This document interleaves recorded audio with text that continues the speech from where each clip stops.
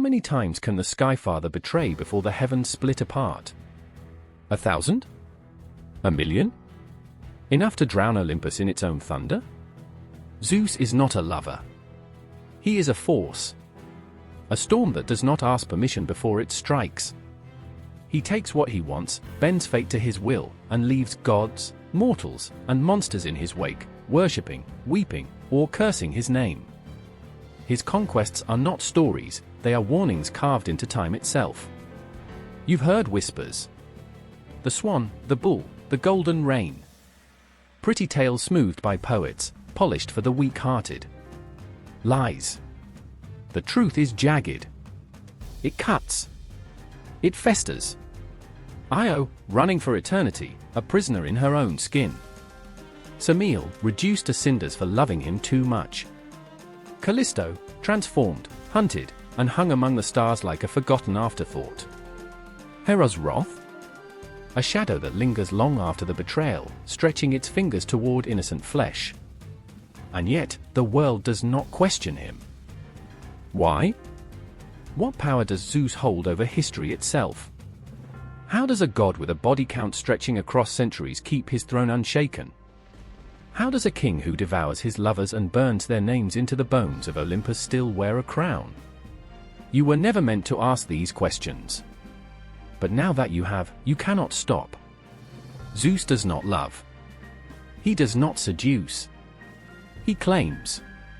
Each affair, each whispered promise, each fleeting caress is another thread in a web so tangled that even the fates themselves may not control it. From goddesses to queens, nymphs to nameless mortals lost to time, his lineage is a scar upon the world, shaping bloodlines, raising empires, and shattering lives. His children walk among us. His sins have rewritten history. And the question remains, how much of the world still belongs to him? The sky was never silent. It raged. It cracked. It roared with a voice older than time itself. Lightning, raw and merciless, split the heavens apart. The world trembled beneath the weight of something vast, something watching. A force that did not belong to the earth, nor the sky, nor anything in between. It was above. It was beyond. It was Zeus. His presence was not a whisper. It was a command. His hand sculpted the bones of Olympus, his breath wove storms into the fabric of the world, his voice could shatter mountains or coax the sky into stillness. No man, no god, no beast that crawled from the void could stand against him. He was not the first king. But he would be the last. The Titans learned that too late. Kronos had ruled before him, a god who feared nothing, except the sun fated to destroy him. So he swallowed them. One by one. His own children, torn from their mother's arms, devoured whole, their screams smothered inside a prison of living flesh. But fate is not a thing to be caged. And Zeus was fate's favorite weapon. He came with fire in his hands. Not the kind that warms, but the kind that burns the past to ash. The kind that splits open the darkness and forces it to kneel. He carved open his father's gut with the ferocity of a storm breaking against the world. His siblings rose from the abyss, Poseidon, Hades, Hestia, Demeter, Hera, freed from the gaping maw of their devourer. And together, they ended the rule of the Titans in a war that shook existence itself. When the dust settled, Zeus stood atop the ruins of the old world, and there was no question of who the king would be. His throne was not inherited. It was taken. The gods bowed. The sky bent to his will. His brothers carved out their own dominions, Poseidon, the restless sea, Hades, the underworld silent abyss, but Zeus took the sky. The one thing that could never be touched, never be tamed. And he never stopped taking. He took Olympus. He took power. He took oaths and promises and lovers. He took whatever he wanted, whenever he wanted, because who could deny him? What force could rise against the god who crushed titans beneath his heel? Even the fates did not dare challenge him. His name became more than a name. It was thunder rolling through history. It was a whisper on the lips of kings before battle. It was the storm that decided who lived, who ruled, who burned. But gods do not love. They rule. And Zeus? Zeus did not share power. Not with gods, not with mortals, not with the very cosmos itself. The universe was a chessboard, and he alone moved the pieces. Lightning was not just his weapon, it was his will, his fury, his reminder to the world that Olympus was not a place. It was a king. And he was that king. Silence. The kind that isn't empty, but waiting. The kind that presses against the ribs like a vice, stretching the air so thin it threatens to snap. There is nothing soft in this silence, no peace, no stillness, no mercy. Only the weight of something coming. Then a scream, ripped from the throat of a god. A blade tearing through flesh. A body splitting open. And from that ruin, Zeus is born. Not as an infant, not as something helpless and small. No. He comes into the world like a storm breaking loose from the sky, a force, a fury, a prophecy that can no longer be swallowed. Kronos, the Titan king, had devoured his own children to keep his throne. But fate is cruel to cowards. And now, as he falls to his knees, his body heaving, his insides unspooling into chaos, he understands, Zeus was never meant to be caged. He rises from the wreckage of his father's body, the last son, the one who was hidden away, raised in secret while his siblings lay rotting in the dark of their father's gut. But now they are free. Hades, eyes hollow as the grave. Poseidon, fists clenched like a sea on the edge of a storm. Demeter, Hera, Hestia, gods reborn from the belly of a butcher. They do not thank him. They do not speak. Because Zeus is not their savior. He is something else entirely. A reckoning. The Titans fall before him. Their screams twist into the howling wind, their bodies buried beneath the weight of an avalanche that has been waiting to collapse for too long. Olympus rises from their corpses, its foundation soaked in Titan blood, its columns carved from the ribs of a fallen dynasty. And at its peak, Zeus. He does not ask for the throne. He does not debate, does not bargain, does not wait for permission. He takes it. Because he understands something no other god, no other king, no other creature in all the vast sprawl of existence has ever understood: power is not given. It is seized. That is why he reigns. That is why the sky belongs to him alone. Poseidon may take the sea, Hades may sink into his underworld, but the heavens? The heavens do not bow to anyone but Zeus. And yet, power is not enough. A throne is a cage when there is nothing to conquer. The world is vast, filled with things that are not his. He can hear it breathing beneath him, the whispers of those who think themselves safe, untouched by Olympus's rule. And that is unacceptable. His hands itch. His blood hums like a song without an end. Power means nothing if it is not used. So he reaches. For kingdoms. For gods. For bodies. Because Zeus does not want. He takes. She waits. The air is thick, unmoving. A stillness that clings to her skin like damp silk. Her fingers press into the cold stone of Olympus, nails biting into marble as if it can anchor her, as if it can hold her together. But nothing holds against him. Not vows. Not loyalty. Not love. A whisper of wind coils through the palace, carrying a scent that doesn't belong here.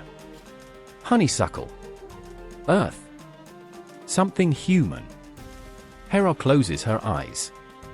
She doesn't need to look. She already knows. Zeus is gone. Again. A sharp breath. A muscle twitching in her jaw. A fury so white-hot and blinding it burns from the inside out. Somewhere, beyond Olympus's gleaming halls, he wears a different face. A swan, a bull, a serpent, a man. He is soft words and unbreakable hands, a storm clothed in flesh. Taking. Always taking. The myths call it love. Poets dress it in beauty, lace it with desire, twist the truth until it drips with something palatable. But love does not look like this. Love does not leave scorched earth where it walks. Love does not turn queens into monsters. love does not litter the world with shattered women who once thought they were chosen. But myths are not written for the wounded. They are written for the powerful. The gods do not suffer consequences. They do not bleed for their betrayals. Zeus claims who he wants, when he wants, and the world does not punish him for it. It bends. It rewrites itself around his will. But the women, they are not so lucky. Io, running beneath a sky that once caressed her. Callisto, hunted, her name lost beneath the stars. Leda, body broken beneath feathers and deception. They are the ones who bear the weight. Not the god who leaves them behind, but the ones left holding the consequences in their shaking hands. And Hera? Hera is the one made into the villain. Because it is easier that way, isn't it? Easier to make her cruel than to ask why. Easier to paint her as vengeful than to wonder what it feels like to be the wife of the sky, but never its only queen. So the myths lie. They shift their words like silk, tell you it was passion, fate, destiny. They will not tell you about the storm of broken promises, the daughters turned into prey, the silence of the victims who could never speak their own story. They will not tell you that Olympus itself was built on a foundation of betrayal. Because infidelity was never a mistake. It was a law. The air is sharp, charged. A storm waiting to break. She stands at the edge of Olympus, nails biting into her palms, blood dripping in perfect silence onto the marble below. Hera does not blink. She does not breathe. She waits. The wind carries the scent of him, thunder and deceit. Her fists tighten. He thinks she doesn't know. He thinks his lies are silk-wrapped, polished, untouchable. But his hands still stink of another's skin.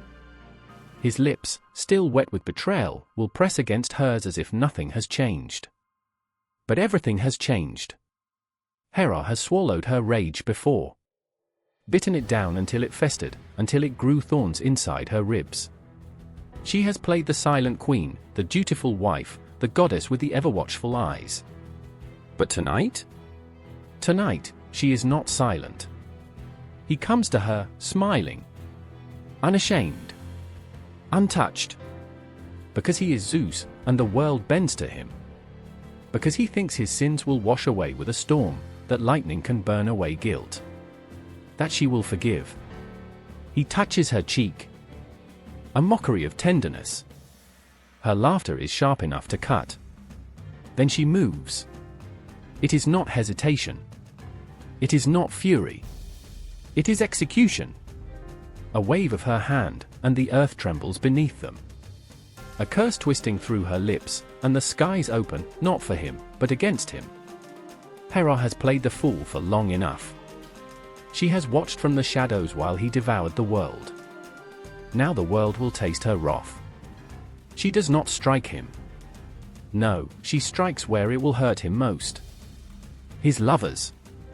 His children. His legacies. Io, once a girl with bright eyes, now a creature with hooves and horns, forever hunted. Callisto, once kissed beneath the stars, now cursed to walk as a beast, her son nearly killing her with his own hands. Semele, once a woman who whispered his name, now a pile of ash, burned alive by the truth of what he is. He calls it cruelty. He calls it madness. But what does he know of pain? What does he know of watching, helpless, as the one you swore your life to drags his hands over another, as he laughs in your face and calls it love? She has no power over him. Not truly. He is the sky, and the sky does not bow. So she makes him watch. Watch as the women he touches are broken, as their names are carved into history not as lovers but as cautionary tales. She cannot hurt him. But she can make him remember. A whisper. A warning. A prophecy that slithers through the halls of Olympus like a shadow with teeth. Metis hears it first. She stands at the edge of the world, the wind coiling around her like a serpent. She has always been the clever one, the one who sees further than the rest, the one who knows that fate does not offer choices, only consequences. And fate has spoken. Her child will be stronger than its father. Stronger than Zeus. The sky does not forgive threats. The king of the gods does not allow rivals to be born. Metis runs. Lightning rips the heavens apart behind her, her name burned into the storm. She knows what hunts her. The shape of him, the scent of power on his breath, the weight of his will pressing against her very bones. She knows that Zeus does not let go. And she is carrying his undoing inside her. A promise made flesh. He catches her between breaths. One moment she is the wind, the next, his hands are around her wrists.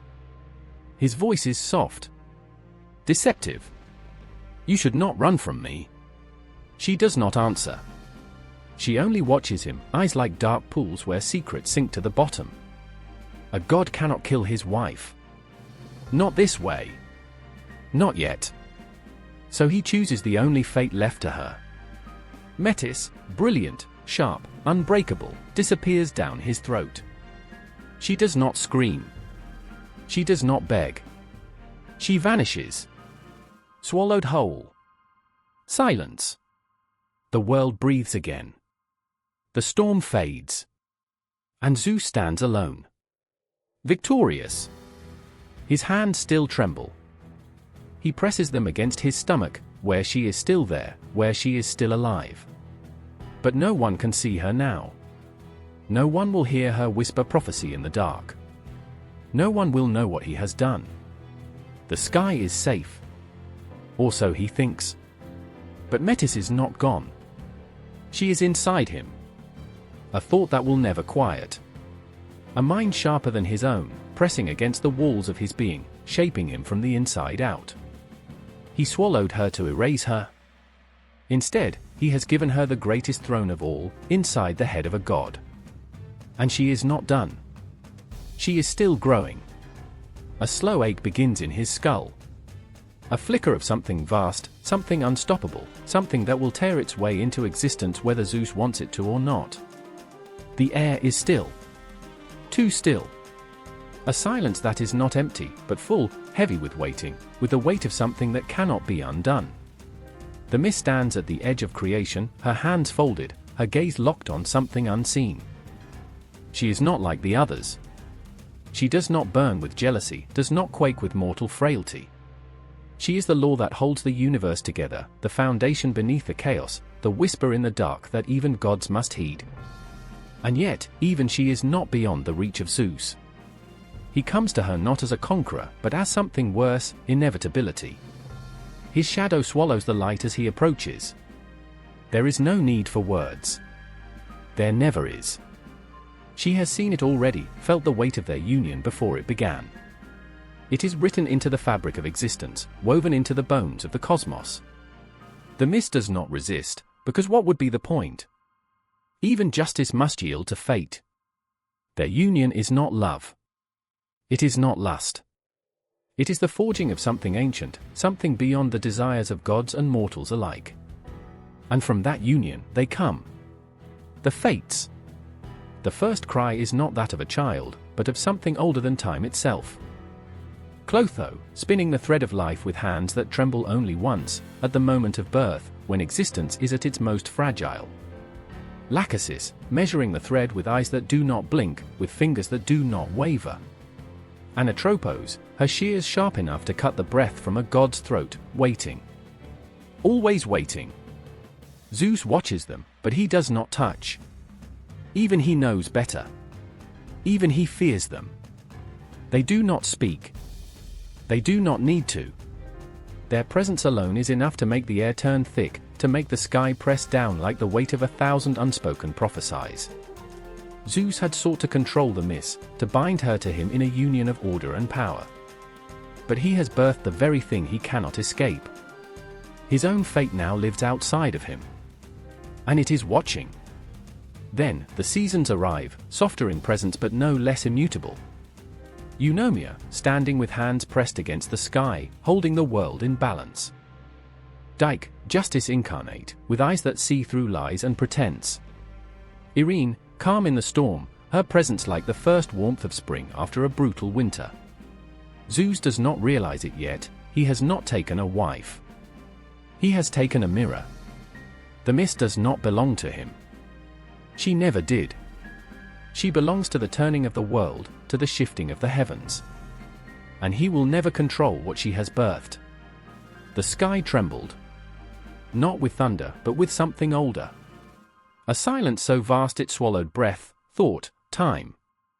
In that silence, Eurynome moved. Not walked, moved. Like wind over still water, like shadow over flame. She was grace before grace had a name. She was law before law was written. She was the curve of the universe's first smile. Zeus saw her. Not as a god sees a mortal, but as a storm sees the sea, a mirror, a challenge, a hunger. He reached. Not with hands, but with will. He didn't ask. He never asked. He took. And in that taking, the world changed. From their union, 3 lights ignited, the Glia, Euphrosyne, Talia. The chariots. The graces. They didn't cry at birth. They sang. A song that bent the stars, softened stone, made gods weep. They danced, and the seasons followed. They laughed, and joy was born. They touched, and beauty bloomed. But behind their laughter was a shadow. Eurynome's eyes. Watching. Knowing. She had given the world its light, but at what cost?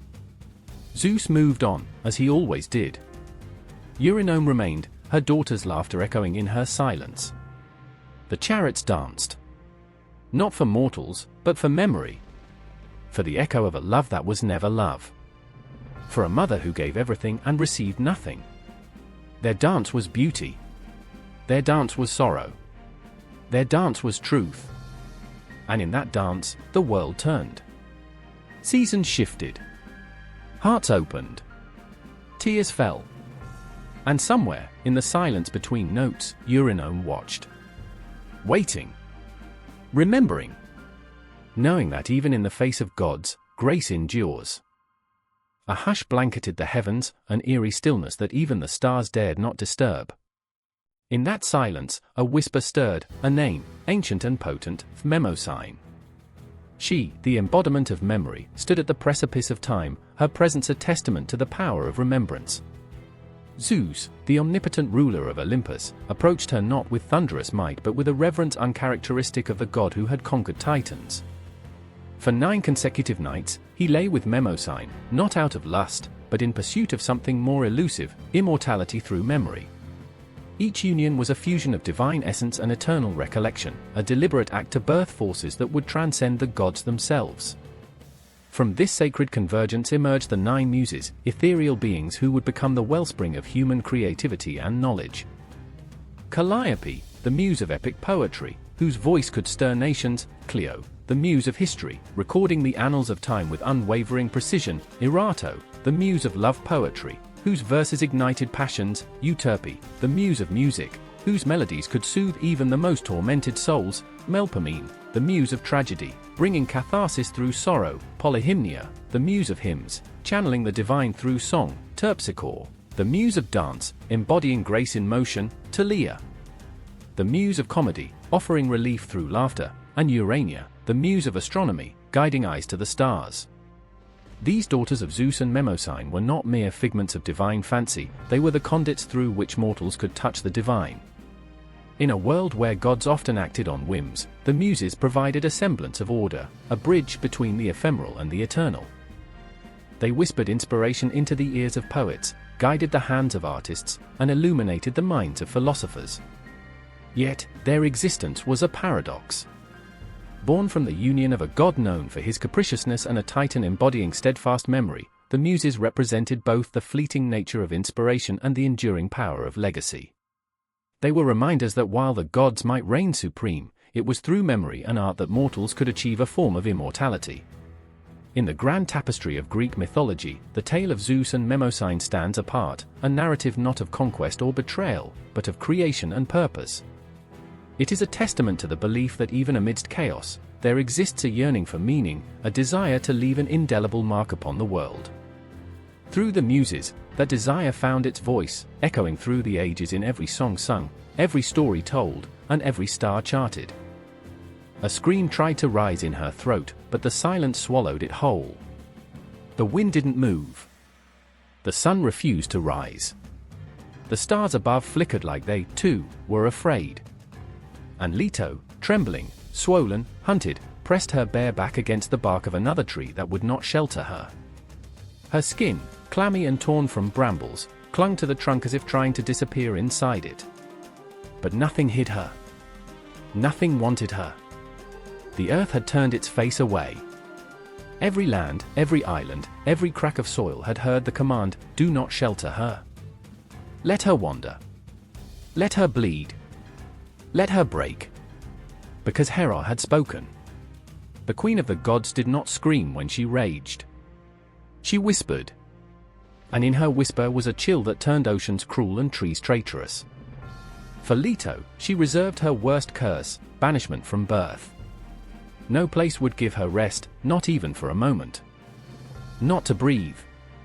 Not to weep. Not to bring her children into the world. So Leto ran. She ran with gods in her womb, and despair in her mouth. Every heartbeat was a thunderclap. Every footstep, a plea. Every breath burned her lungs as if the sky itself had turned to ash. And Zeus, who had seeded her with twins and vanished into the clouds, offered no shelter. Not even a whisper of comfort from Olympus. He had done this, and now he watched. Distant. Silent. Untouched. The child in her womb kicked. Then again. A force from within. A cry for life, fierce and sharp like a sword unsheathed in the dark. She fell to her knees. The pain came, and it came as fire. Her spine arched backward, mouth open, but the sound that left her wasn't human, it was the roar of creation and agony colliding. Her fingers clawed into the dirt, but it turned to stone beneath her nails. Her thighs shook, her belly tightened, and still there was no land that would hold her. No island, no mountain, no god. Until one place moved. Delos. It was not a place, not truly. It was a floating rock. A ghost of an island. A forgotten piece of earth with no name, no allegiance. And perhaps that was why it answered. Because it had nothing to lose. Because it knew what it meant to be unclaimed. It let her rest. It let her fall onto its jagged back, bleeding and screaming, wild-eyed with pain. And there, between the waves and wind, with no midwife and no mercy, she gave birth to Artemis, goddess of the moon, of the wild, of the bow. The girl came out quiet. Eyes wide. Unblinking. She did not cry. She simply looked at her mother, blood-covered, shaking, gasping, and placed a tiny hand against her skin. And then she waited. She waited with her mother for days. No milk. No food. No relief. Just silence. Because another god still waited inside Leto, and he was not ready to be born. Apollo. He fought. He clawed. He ripped her from within. And Leto screamed again, not the scream of a woman, but of a god-scarred titan who had been broken open too many times, and now, finally, would split. The pain wasn't pain anymore. It was war. And Artemis, still a child, barely formed, stepped forward. She took her place beside her mother. And she helped her twin brother come into the world. There was no priestess, no altar, no hymn to bless the moment. Only a daughter, a mother, and the scream of the sea. When Apollo was born, the sky opened.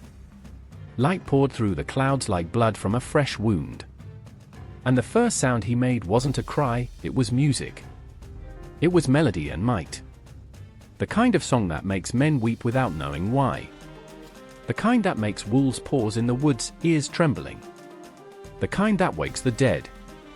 He came out golden. Eyes bright as flames, breath warm with prophecy. Artemis touched his cheek. The newborn reached for his sister. And Leto, bleeding, torn, barely conscious, watched the twins reach for each other, and for the first time in what felt like eternity, she exhaled. The pain didn't vanish. The fear didn't fade. But in that moment, brief, aching, still, she wasn't alone. The gods had no place for her. Zeus would not claim her. Hera would never forgive her. But she had brought something into the world they could not ignore. A hunter. A healer. A pair of gods with vengeance in their veins and light behind their eyes. The wind began to move again. The sun rose. And Delos, the nameless island, breathed for the first time. Because now it had gods to anchor it. Leto lay on her side, hands around her newborns, and whispered the only thing she could, "You are mine." Her voice cracked. "I bled for you." She pressed her lips to their brows, first Artemis, then Apollo, and whispered into their skin like a spell, "Make them remember." And oh, they would. The girl with the silver bow and cold fury. The boy with music like lightning and fire behind his smile. They would carve their names into the bones of the world. And they would carry her with them, always. The woman no land would claim. The goddess who gave birth beneath an open sky, with no throne and no crown, but the fiercest love Olympus had ever known. The sky trembled. The ground hummed. And somewhere far above, Hera heard the cries of the twins and knew she had failed. Leto had survived. And worse, she had created gods stronger than any decree, brighter than any curse. And they were coming. The sea held its breath. A hush swept across the waves, as if the world itself paused, sensing the weight of what was to come. From the depths, a figure emerged, radiant and resplendent, her form shimmering with an otherworldly glow. This was Aphrodite, born not from the union of gods, but from the foam of the sea, a testament to the mysteries that even the divine could not fathom. Dione, the Titan, stood at the edge of the shore, her gaze fixed upon the horizon. She was the embodiment of wisdom and grace, yet her eyes betrayed a sorrow that words could not capture. For in the birth of Aphrodite, there was both wonder and woe. Some whispered that Dione was the mother, her union with Zeus giving rise to the goddess of love. Others claimed that Aphrodite sprang forth from the severed remains of Uranus, the sky god, cast into the sea by his own son, Cronus. The truth, like the tides, was ever shifting. Zeus, the king of the gods, watched from Olympus, his expression unreadable. He had known many loves, but none like Dione. Their bond was one of intellect and understanding, a meeting of minds as much as hearts. Yet, in the wake of Aphrodite's birth, their connection frayed, strained by the weight of uncertainty and the whispers of the other gods. Aphrodite, unaware of the turmoil her existence had wrought, danced upon the waves, each step a symphony of beauty and grace. Flowers bloomed in her wake, and the air was thick with the scent of desire. She was love incarnate, a force that could unite or destroy, depending on the whims of fate. Dione turned away, her heart heavy. She had given the world a gift, yet in doing so, had lost something irreplaceable. The love she shared with Zeus, once a beacon of hope, now flickered, threatened by the very creation they had brought forth. In the silence of the night, she wept, her tears mingling with the sea, a silent testament to the sacrifices made in the name of love. The gods, ever watchful, took note. Aphrodite's presence stirred emotions long buried, passions ignited, and rivalries rekindled. Her beauty was unparalleled, her charm irresistible. Yet, with each heart she touched, a shadow loomed, a reminder of the complexities of love and the pain it could bring. Zeus, torn between duty and desire, sought solace in the arms of others, his affection scattered like leaves in the wind. Dione, ever steadfast, retreated into herself, her once vibrant spirit dimmed by the weight of betrayal. Their story, once a tale of unity, became a cautionary tale whispered among the stars. Aphrodite, unaware of the chaos she had sown, continued to enchant, her laughter echoing across the heavens. She was the embodiment of love's duality, capable of bringing joy and sorrow in equal measure. Her legacy, etched into the very fabric of existence, served as a reminder of the power and peril of desire. In the end, the sea reclaimed its secrets, the waves washing away the footprints of gods and mortals alike. Yet, the story of Dione, Zeus, and Aphrodite endured, a timeless tale of love, loss, and the enduring quest for understanding in a world governed by the whims of the heart. The earth held its breath. No bird sang. No wind stirred. The The soil, once warm and alive, lay cold beneath a sky that refused to weep. Demeter stood alone in the silence, her fingers clenched around a stalk of wheat that had withered in her grasp. The harvest goddess, mother of abundance, now watched her world crumble into famine. And all because her brother had touched her. Zeus, king of gods, lord of thunder, had looked upon his sister not with kinship, but with hunger. He did not ask. He did not wait. He came to her in the shape of a serpent, coiling through her fields, whispering promises in the rustle of leaves. And when he entered her, the earth itself shuddered. From that union, Persephone was born, light-footed, bright-eyed, a child of spring. But joy was short-lived. Zeus, ever the orchestrator, gave Persephone to Hades without a word to her mother. One moment, the girl was gathering flowers, the next, the ground split open, and darkness swallowed her whole. Demeter's cries echoed across the heavens, but Zeus remained silent. His betrayal was complete. Demeter searched the earth for her daughter, her grief turning fertile lands to dust. She wandered through cities and forests, her once radiant form now cloaked in sorrow. Mortals suffered, crops failed, and still, Zeus did nothing. Only when the world teetered on the brink of collapse did he act, sending Hermes to retrieve Persephone. But Hades had already bound her to the underworld with a pomegranate seed. Now, for part of each year, Persephone returns to her mother, bringing life and warmth. But when she descends again, Demeter mourns, and the world turns cold. A cycle born of desire, deceit, and a mother's unending love. The sky held its breath. Clouds hung motionless, as if the heavens themselves feared to move. In that silence, a girl wept, not with sound, but with a tremble of her limbs and the wild darting of her eyes. Her name was Io. Once a priestess, now a heifer, her body bore the curse of divine desire. Her soul, however, remained untouched, screaming within the confines of her new form. Zeus had loved her. Or so he claimed. But love, when wielded by gods, often resembled possession more than affection. To shield her from Hera's wrath, he transformed her into a cow, a creature of innocence and vulnerability. Yet, in doing so, he stripped her of her voice, her agency, her very identity. Hera, ever watchful, was not deceived. She demanded the heifer as a gift, a token of supposed reconciliation. Zeus, cornered by his own machinations, acquiesced. Thus, Io became a pawn in a divine game, her fate sealed by the whims of immortals. To ensure Io remained under her control, Hera appointed Argus Panoptes as her guardian. Argus, the all-seeing, bore 100 eyes, each a sentinel against escape. Even in slumber, some of his eyes remained open, a perpetual vigilance that made evasion impossible. Io's days became a torment.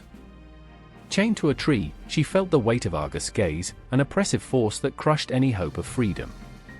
The world, once vibrant and full of promise, now seemed a prison of endless watchfulness. Zeus, unable to bear Io's suffering, or perhaps his own guilt, devised a plan. He dispatched Hermes, the cunning messenger, to liberate her. Disguised as a humble shepherd, Hermes approached Argus, playing soothing melodies on his panpipes. The music wove through the air, a lullaby that coaxed Argus' eyes into slumber, one by one. When the last eye closed, Hermes struck, ending the giant's life and freeing Io from her chains. Hera's fury knew no bounds. In her rage, she sent a gadfly to torment Io, its relentless stings driving her to madness. Io fled, her journey a harrowing odyssey across lands and seas, her pain etched into every step. Her wanderings would eventually lead her to Egypt, where she would find solace and restoration. Yet, the scars of her ordeal remained, a testament to the capriciousness of gods and the suffering they could inflict. Io's tale, a blend of love, betrayal, and endurance, serves as a haunting reminder of the price mortals pay when entangled in divine affairs. The sand was warm beneath her feet, and yet Europa shivered. Not from the sea breeze, it was gentle, brushing her skin like a farewell. But from something else. A silence that had weight. The kind that pushes against your chest and makes the sky feel too low, like it's listening. Watching. She stepped further into the surf. Her sisters laughed behind her, their voices distant, muffled, meaningless. Something was pulling her away, invisible but undeniable, like a thread through her ribs. She didn't see the bull at first. No hoof prints. No warning. Just a shape, bone white and gleaming like marble kissed by sunlight, standing motionless in the shallows. It should have scared her. But it didn't. It looked at her with eyes too human, too knowing. Not the dull gaze of a beast. There was something behind them. A promise? A plea? Or something much, much darker. She didn't run. Her heart begged her to. But her legs didn't listen. She moved toward it instead, slow, uncertain, like walking in a dream you can't wake from. The bull lowered its massive head, horns curving like crescent moons, and breathed. One exhale. Europa stopped breathing. She touched it. Its hide was warm and firm, muscles shifting beneath her palm. Not animal. Not natural. Divine. She didn't know how she knew, but she did. It radiated something old. Something terrible and beautiful and endless. Her throat closed. Her fingers trembled. And still, she climbed onto its back, as if something inside her had already surrendered. Then the waves crashed higher. Then the bull moved. Then the sea opened. She screamed. No one heard. Her sister's laughter vanished behind her like a candle blown out in the dark. The bull charged into the surf, hooves tearing through foam, muscles rippling with impossible strength. The water surged around them, then above them. Salt burned her lips, her eyes, her lungs. And yet she didn't drown. The bull did not sink. It flew over waves as though they were nothing, as though the sea itself bent beneath it. She clung to it. She couldn't tell if the wind or her sobs tore louder through the air. Her dress whipped around her. Her arms locked around the beast's neck. The coast grew smaller, smaller, until it was gone. She was alone with him. And it was him. She knew now. This was no bull. This was no beast. This was Zeus. A god draped in skin not his own, carrying her across the edge of the world. Her nails dug into his hide. Her voice broke with every gasp. Please. He didn't stop. The sky above darkened, not with night, but with something heavier. Like the heavens held their breath. Like even Olympus looked away. They crossed waters no mortal had ever named, the kind that whispered madness into sailors' ears. Islands blinked past like mirages. Stars blinked overhead, but none offered comfort. No constellations lit a path. No gods raised a hand to help her.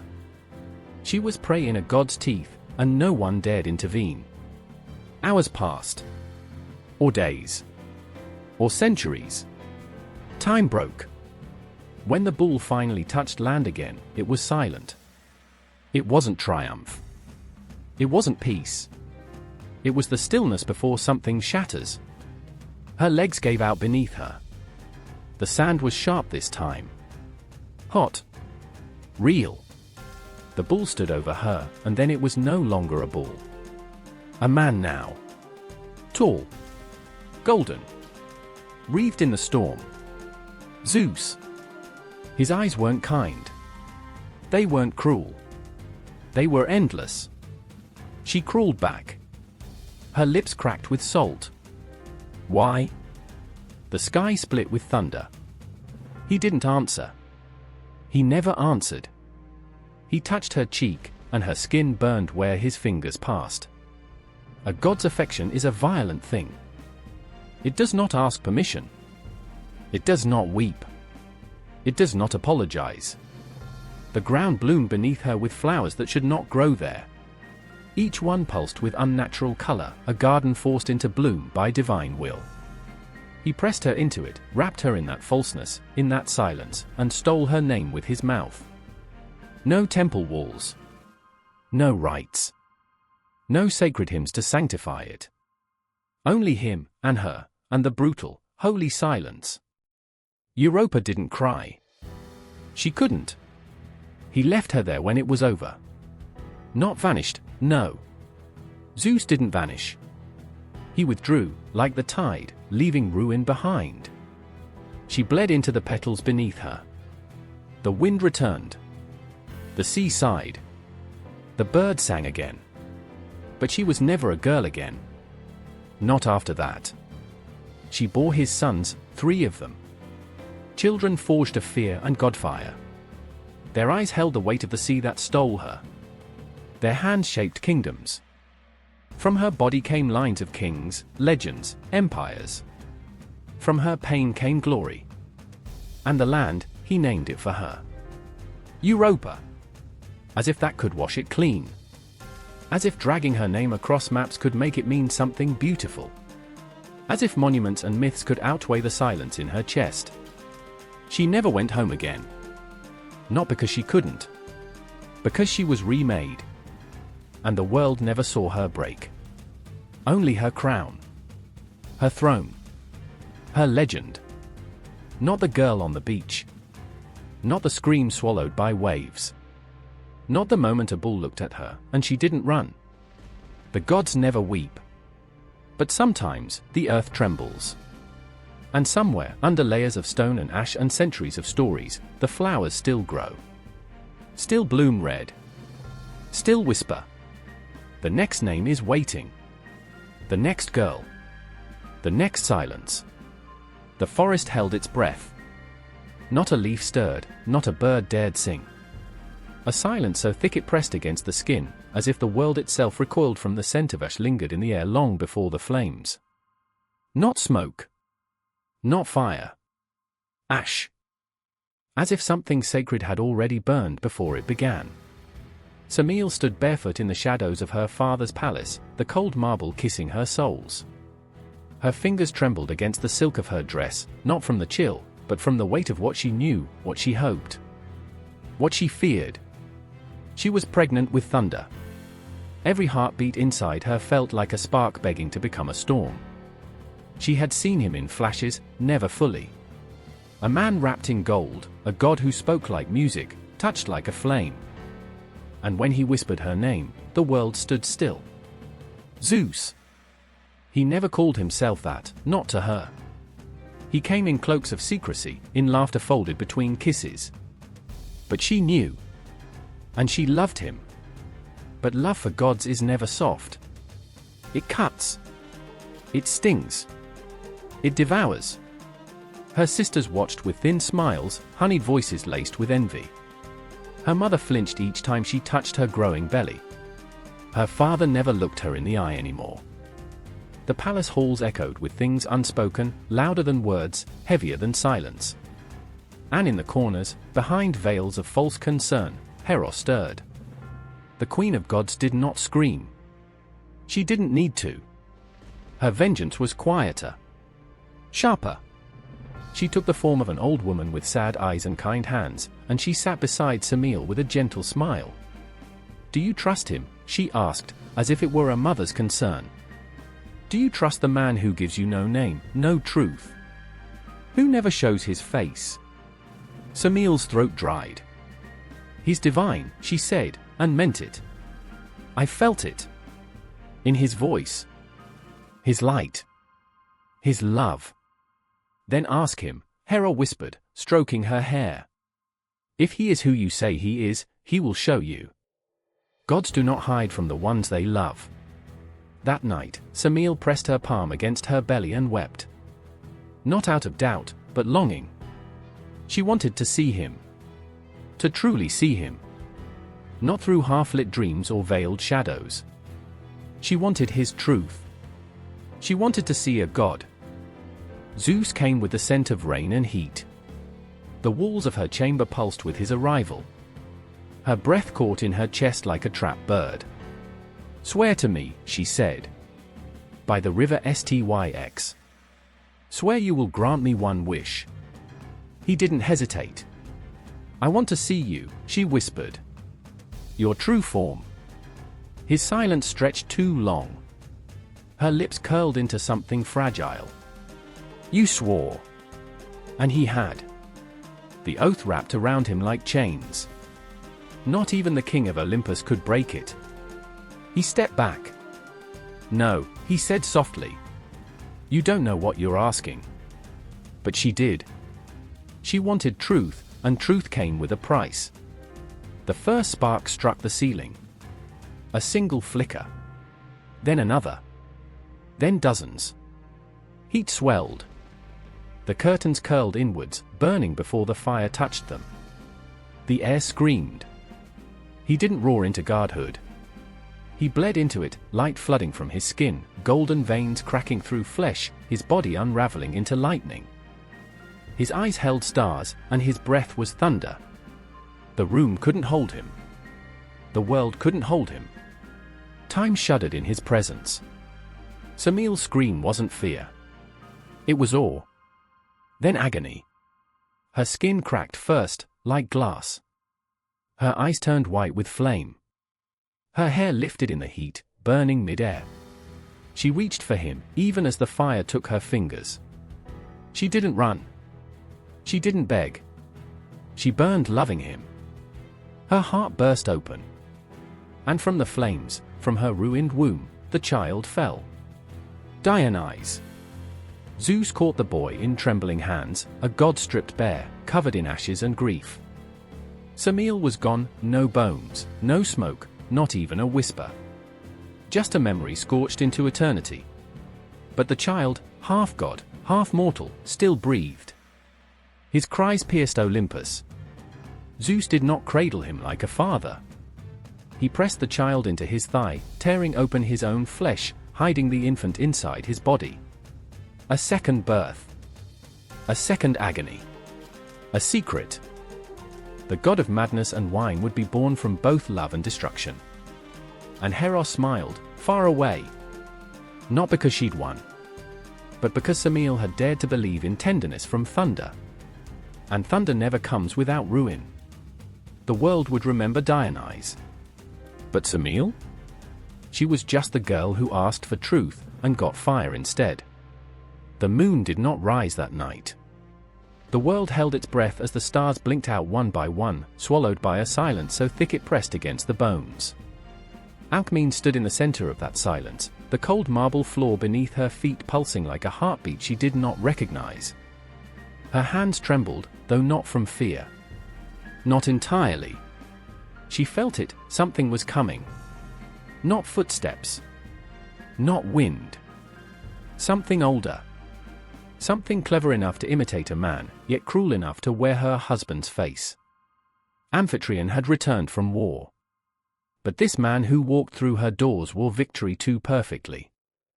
His voice carried all the right words, but none of the weariness. His eyes looked at her, but not with the soul she knew. She watched him closely, each step echoing too loudly, each breath just a fraction too still. And yet, she let him touch her. Not because she believed, but because the god who stood in her husband's skin had already wrapped the night around her like a net. Zeus didn't need to force the door. He was the door. Alcmene's heart beat against her ribs like wings in a cage. He kissed her the way a lie kisses silence, softly, deliberately, waiting for the sound to snap. And in that kiss, something passed between them. Not love. Not lust. A spark of fate. Heracles was already stirring inside her, not yet a child, but a storm forming in the bones of time. A hero crafted not by passion but by deception. She didn't scream. That came later. When the real Amphitryon returned the next morning, covered in blood and earth, she stared at him like a mirror had cracked. Two men. One night. A truth she couldn't hold in her hands without it turning to fire. Her skin still smelled like ambrosia and lies. She said nothing. He said nothing. But the silence between them was not peace. It was prophecy. Hera saw everything. The goddess did not rage like fire. She burned colder than stone. She watched from the edge of Olympus, her mouth a straight line carved by betrayal, her hands clenched not in fury, but in restraint. It was not the child she hated. It was the fact that he would live. That he would be celebrated. That he would bear Zeus's name like a crown while the wife bore the shame like chains. And so she began to twist the threads. Heracles would not die, but he would suffer. From the moment his first cry split the air, the world began to shake. Snakes slithered into his cradle, their bodies silent as blades. Alcmene, still weak, barely stood as she heard the hiss, the soft drag of scales across stone. She ran. She screamed. But when she reached the nursery, it was already done. The child sat there, barely old enough to hold his own head up, and in his hands were two limp bodies. Broken. Throttled. His grip had crushed the life from the monsters before they could strike. His eyes, wide and silent, stared at his mother.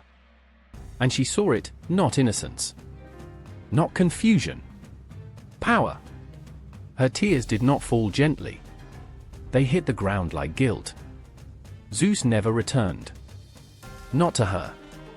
That night was never spoken of again. But it breathed in the walls of her home. It pulsed in Heracles' veins.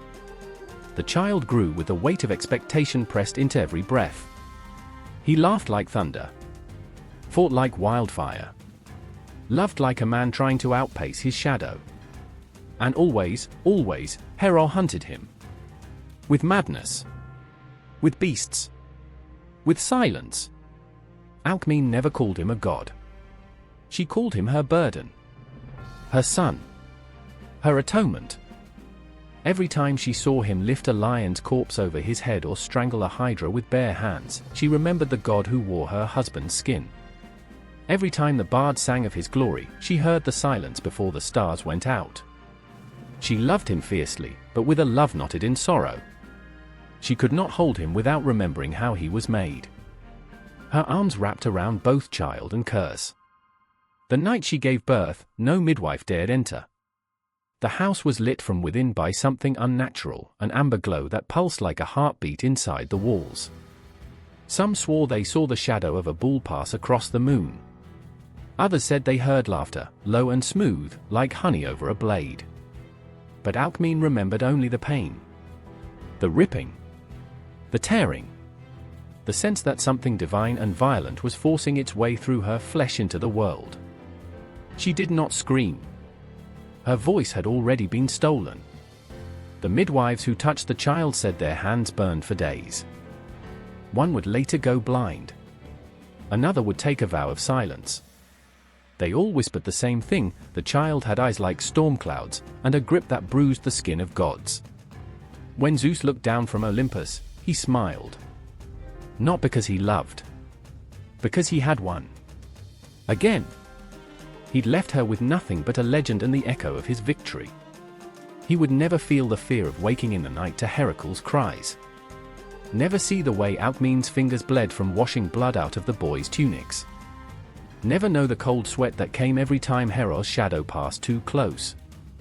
He had given the world a hero. And taken a woman's peace. But Alcmene endured. Not with pride. Not with grace. With grit. With silence. With every breath she took despite the gods. She raised the boy into a man who could carry the sky on his shoulders. And every time he did, the weight pressed into her chest too. She never spoke Zeus's name again. But every time thunder cracked across the sky, she stared into the clouds with dry eyes. Let it storm. Let it scream. Let Olympus watch. Because she had bled for its golden child, and the gods owed her nothing she wanted back. The wind howled across the shores of Sparta, bending the trees low as the earth trembled beneath its relentless force. The storm was violent, but nothing compared to the storm that had already been unleashed in the heart of Leda. Her breath came in quick, shallow gasps, her body quivering not from the cold, but from something deeper. The air smelled of salt and promise, the promise of something she could neither name nor fight. She stood by the river, the full moon casting an eerie silver light on the dark waters, and for a moment, she felt like she was the only one left in the world. The silence between her thoughts was suffocating, until the moment it was shattered by the beating of wings. Heavy. Powerful. Glorious in its suddenness. She turned, her skin already slick with sweat, though the night was cold. And then she saw it. A swan. But not any swan. This one was larger, its feathers glistening with an otherworldly sheen, eyes burning with a fire that no bird should possess. The world around her seemed to tilt and warp, as though the air itself had thickened, pressing in on her chest. Her heart raced, and her blood ran hot, a quickened pulse she couldn't explain, though the moonlight illuminated the truth too clearly. The swan was not a swan. It was Zeus. The god's form was as flawless as the wind that whispered through the trees. He moved toward her as though the night was his own, as though it bent to his will. His eyes locked with hers, and in that moment, every heartbeat, every breath, every inch of her skin was alive with a searing awareness of him. Of what he was. Of what he demanded. Leda couldn't look away. She didn't want to. It was as if his gaze held her, bound her in a spell woven from desire and power. Her mind screamed for release, for escape, but her body had already surrendered. She didn't ask. She didn't question. She couldn't, because the god inside the bird had already taken her as his own. She knew this would not end well. She felt it. She felt it deep in her bones. And yet, she succumbed. Her body melted beneath the weight of his presence, the touch of his wings, the fire that burned within him and ignited her own soul. What began as an unspoken promise, as a flash of need and hunger, became a pull, an inevitability, too strong to resist. And in that instant, the god consumed her entirely. There was no tenderness. No gentleness. There was only the overwhelming force of something divine, something far too powerful to exist in the fragile world she knew. When the dawn broke over the horizon, Leda was left standing alone in the clearing.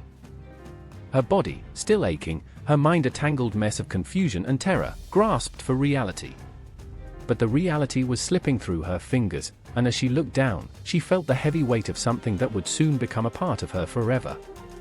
The seed of a hero, of a legend. Days later, Leda could not escape the truth that the child inside her was no ordinary child. She carried within her something that could bring kingdoms to their knees, something that would ignite wars and destroy lives. Her body had birthed a god's offspring, and though she had been violated in the most brutal of ways, the child she carried was destined for greatness, or destruction. She didn't know which, but she could feel the tension, the inevitable pull of fate tightening its grip on her heart. The gods did not show mercy. In the quiet of the night, she had tried to shake the memory of the swan, of Zeus, his eyes burning into her, searing her skin with their intensity. But it was impossible. His mark was on her. It was all over her. And every time she looked into the sky, every time the moon rose full and bright, she could feel the weight of the gods pressing down on her. The storm inside her, stirring and shifting, as though waiting to be unleashed. It came at last. The birth. The labor. The screaming silence of it all. Leda gave birth to 2 eggs.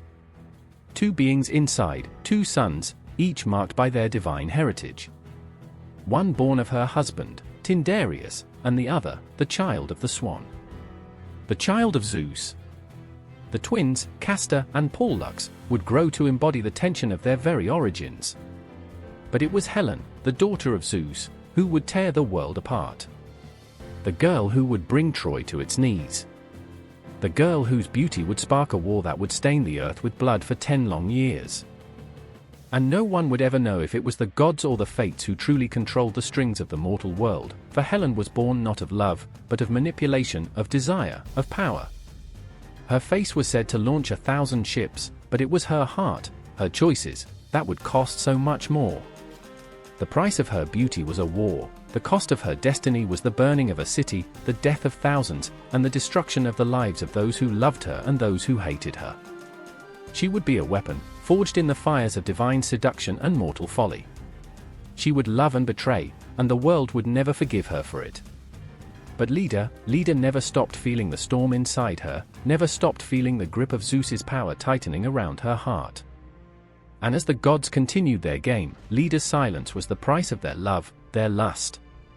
The blood of heroes ran through her veins, but it was tainted by the hands that had shaped it. The world would never know the cost of that moment by the river. The night the wind howled louder than the gods ever had. The night when love and war were born. The air was thick with the scent of damp stone, the heavy, oppressive weight of the chamber pressing down on Danae. She lay still, her eyes wide open, yet unable to see, unable to truly breathe in the cold air that wrapped around her. Her skin, pale as moonlight, shivered not from the chill, but from the terrible, relentless anticipation that gripped her entire being. She knew something was coming, something she could neither control nor escape. The walls of the tower loomed like silent, watching giants, their ancient stones echoing with memories of the past. Yet, tonight, the darkness within these walls held a terror of its own. The echoes grew louder, a rustling sound that seemed to tremble through the very foundation of the earth. And then, a sound, soft, like a whisper, but one that shivered down her spine. The golden light broke through the narrow window. It was so bright it almost seemed to burn. Danae's breath hitched in her chest, a mixture of dread and awe swelling inside her. She reached out, desperate for anything to grasp onto, but the golden light, like liquid fire, poured over her. She could not fight it. She could not scream. It filled the room, wrapped itself around her body, ran through her skin like blood, consumed her from the inside out. In that moment, the world tilted. The earth, the stone, the sky, it all seemed to collapse in on her, leaving only the blinding light. Her heart pounded in her chest, faster, faster. Her breaths came in desperate gasps, but they did nothing to fill her lungs. And then it began. The golden rain. It flowed from the heavens, a cascade of molten gold that swirled and danced like liquid fire, coating her, taking her. She could not escape it. It moved through her, coursing inside, between her skin and bones. There was no room for anything else, no room for resistance, no room for thought.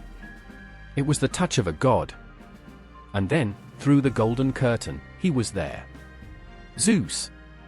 She knew, even without seeing his form. She could feel him, the weight of his presence, the intoxicating power that rippled through the air. His energy, his divinity, tore through her in waves, each pulse of his touch breaking down her barriers, erasing every thought but him. There was no mercy, no tenderness in this. He was everything. His guard had pressed against her until she could feel no trace of herself, only him. Danae tried to cry out, but no sound came. She couldn't move. Couldn't think. All that existed in the world was the golden storm and the god who had summoned it. The earth shattered with the force of his embrace. His golden shower ran through her, leaving no part untouched, filling her with a warmth she could neither bear nor welcome. It was violent. It was overwhelming. It was a force too strong to fight, too consuming to resist. Her body was not her own in that moment. It was an instrument, a vessel through which a god poured himself. A flash of light. The scent of honeyed rain. Her body burned with his presence, and in the violence of it, she lost herself entirely. And when it ended, when the golden light finally receded, leaving her drenched and trembling on the cold stone floor, Danae knew, without a doubt, that she was forever changed. That something inside her had shifted, that the world would never be the same. She was left in the silence. The chamber was as it had been before, save for one thing, the seed. It stirred within her. A promise.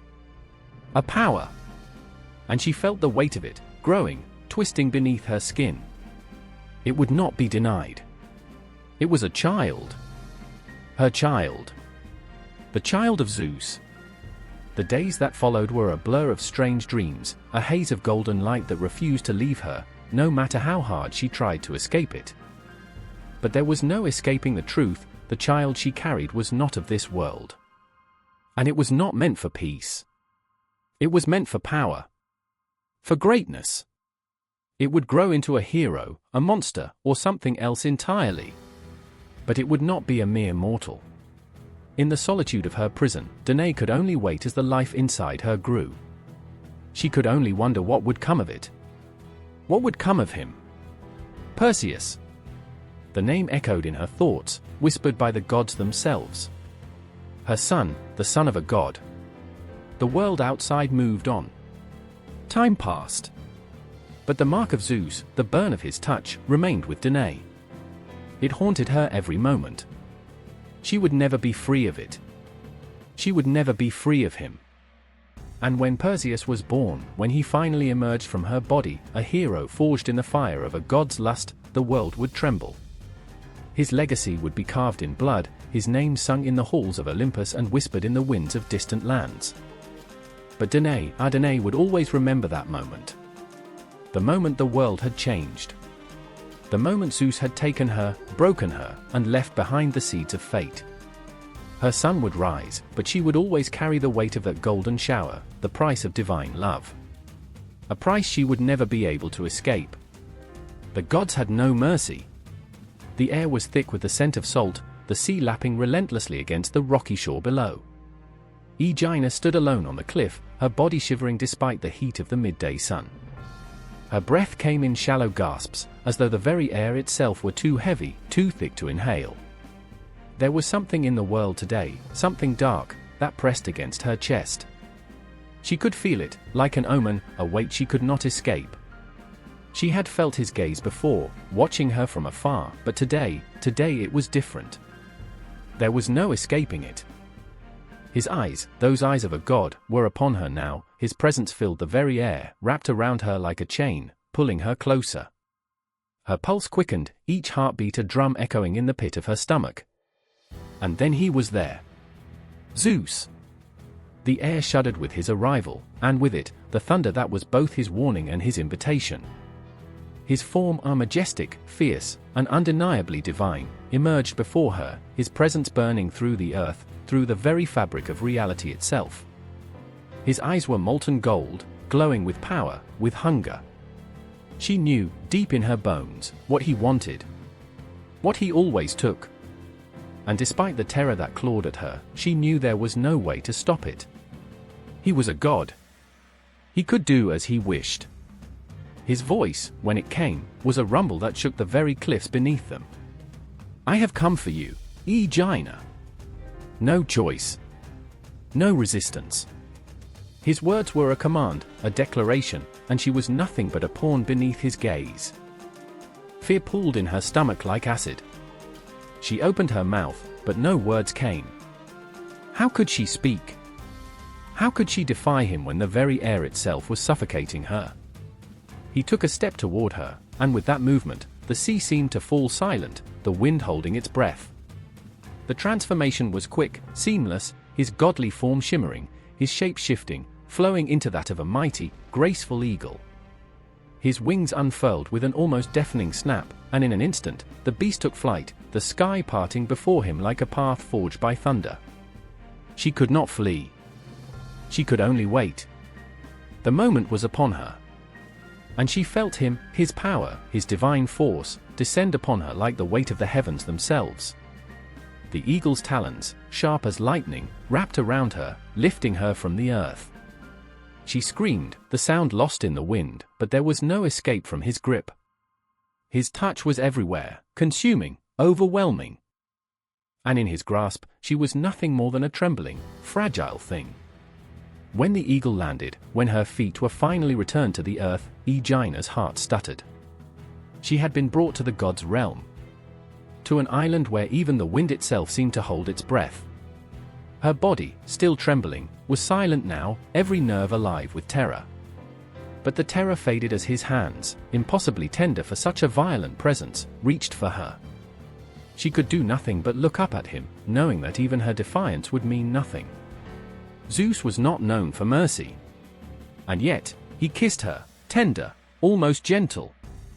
His lips, warm as the sun, left a mark on her soul, not just her skin. She felt it inside her, the sensation of his power threading through her, filling her in ways she could not understand. She was filled with him, consumed by him. She was his. The golden light, the golden warmth, burned through her, until she could no longer remember where she ended and he began. There was no love in his touch, no compassion. There was only the force of divinity, the weight of a god's desire, and she was left gasping beneath it. It did not last long. Moments, fleeting like the passing of a storm. But in those moments, she was irrevocably his. And when it was over, when he withdrew from her body and left her standing there on the sand, she knew she would never be the same. The world was quiet, the wind no longer howling. But there was a chill in her bones, a gnawing emptiness where he had been. And then came the plague. It was not immediate, not in the way most curses unfolded. It was a slow thing, creeping through the air like a sickness. Her people began to die, one by one, their faces contorted with agony, their bodies racked with fever. And though she could not understand, deep down, she knew. This was punishment. For her. For what had transpired. The gods did not forgive. And Zeus, mighty Zeus, had given her not only the gift of his touch, but the wrath of his displeasure. It came for her people, and there was no mercy. There was no escape. Days turned into weeks. The cries of the dying filled the air. And Aegina, alone, watching it all unfold, knew the price of what had been given to her.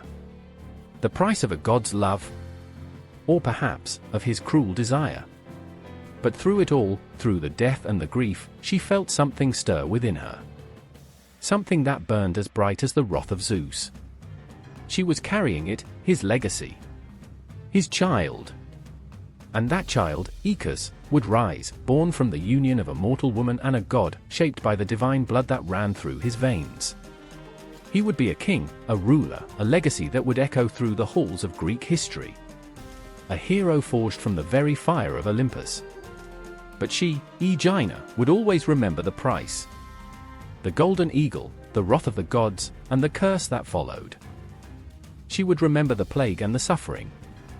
And in the quiet of her heart, she would remember that the love of a god was no gift at all. It was a burden. A burden that she alone would carry, forever bound to the man who had shaped her fate. The moon hung high in the night sky, casting a pale silver glow across the darkened hills. Antiope could feel the cool breeze on her skin, but it did little to ease the fire that had ignited within her. It had been hours, perhaps days, since she had seen him, but the memory of his presence still burned like a fever in her veins. Zeus! The god who had descended upon her like a storm, a tempest that swept through her life with no warning, no mercy. The first time she had laid eyes on him, his form magnificent, glowing with a power that made the world seem small, she had known, deep within her, that nothing would ever be the same again. Not for her. Not for anyone. There was no escape from a god's touch. She had tried to run, to hide in the shadows of her father's palace, but Zeus was always there, always watching, always waiting. His voice, smooth and compelling, echoed in her mind. She could feel him even now, as if his gaze still pressed against her skin. And then he had taken her. As he had taken so many before. And in that moment, she had understood the truth of divinity, the cold, unyielding power that consumed and shaped all who were touched by it.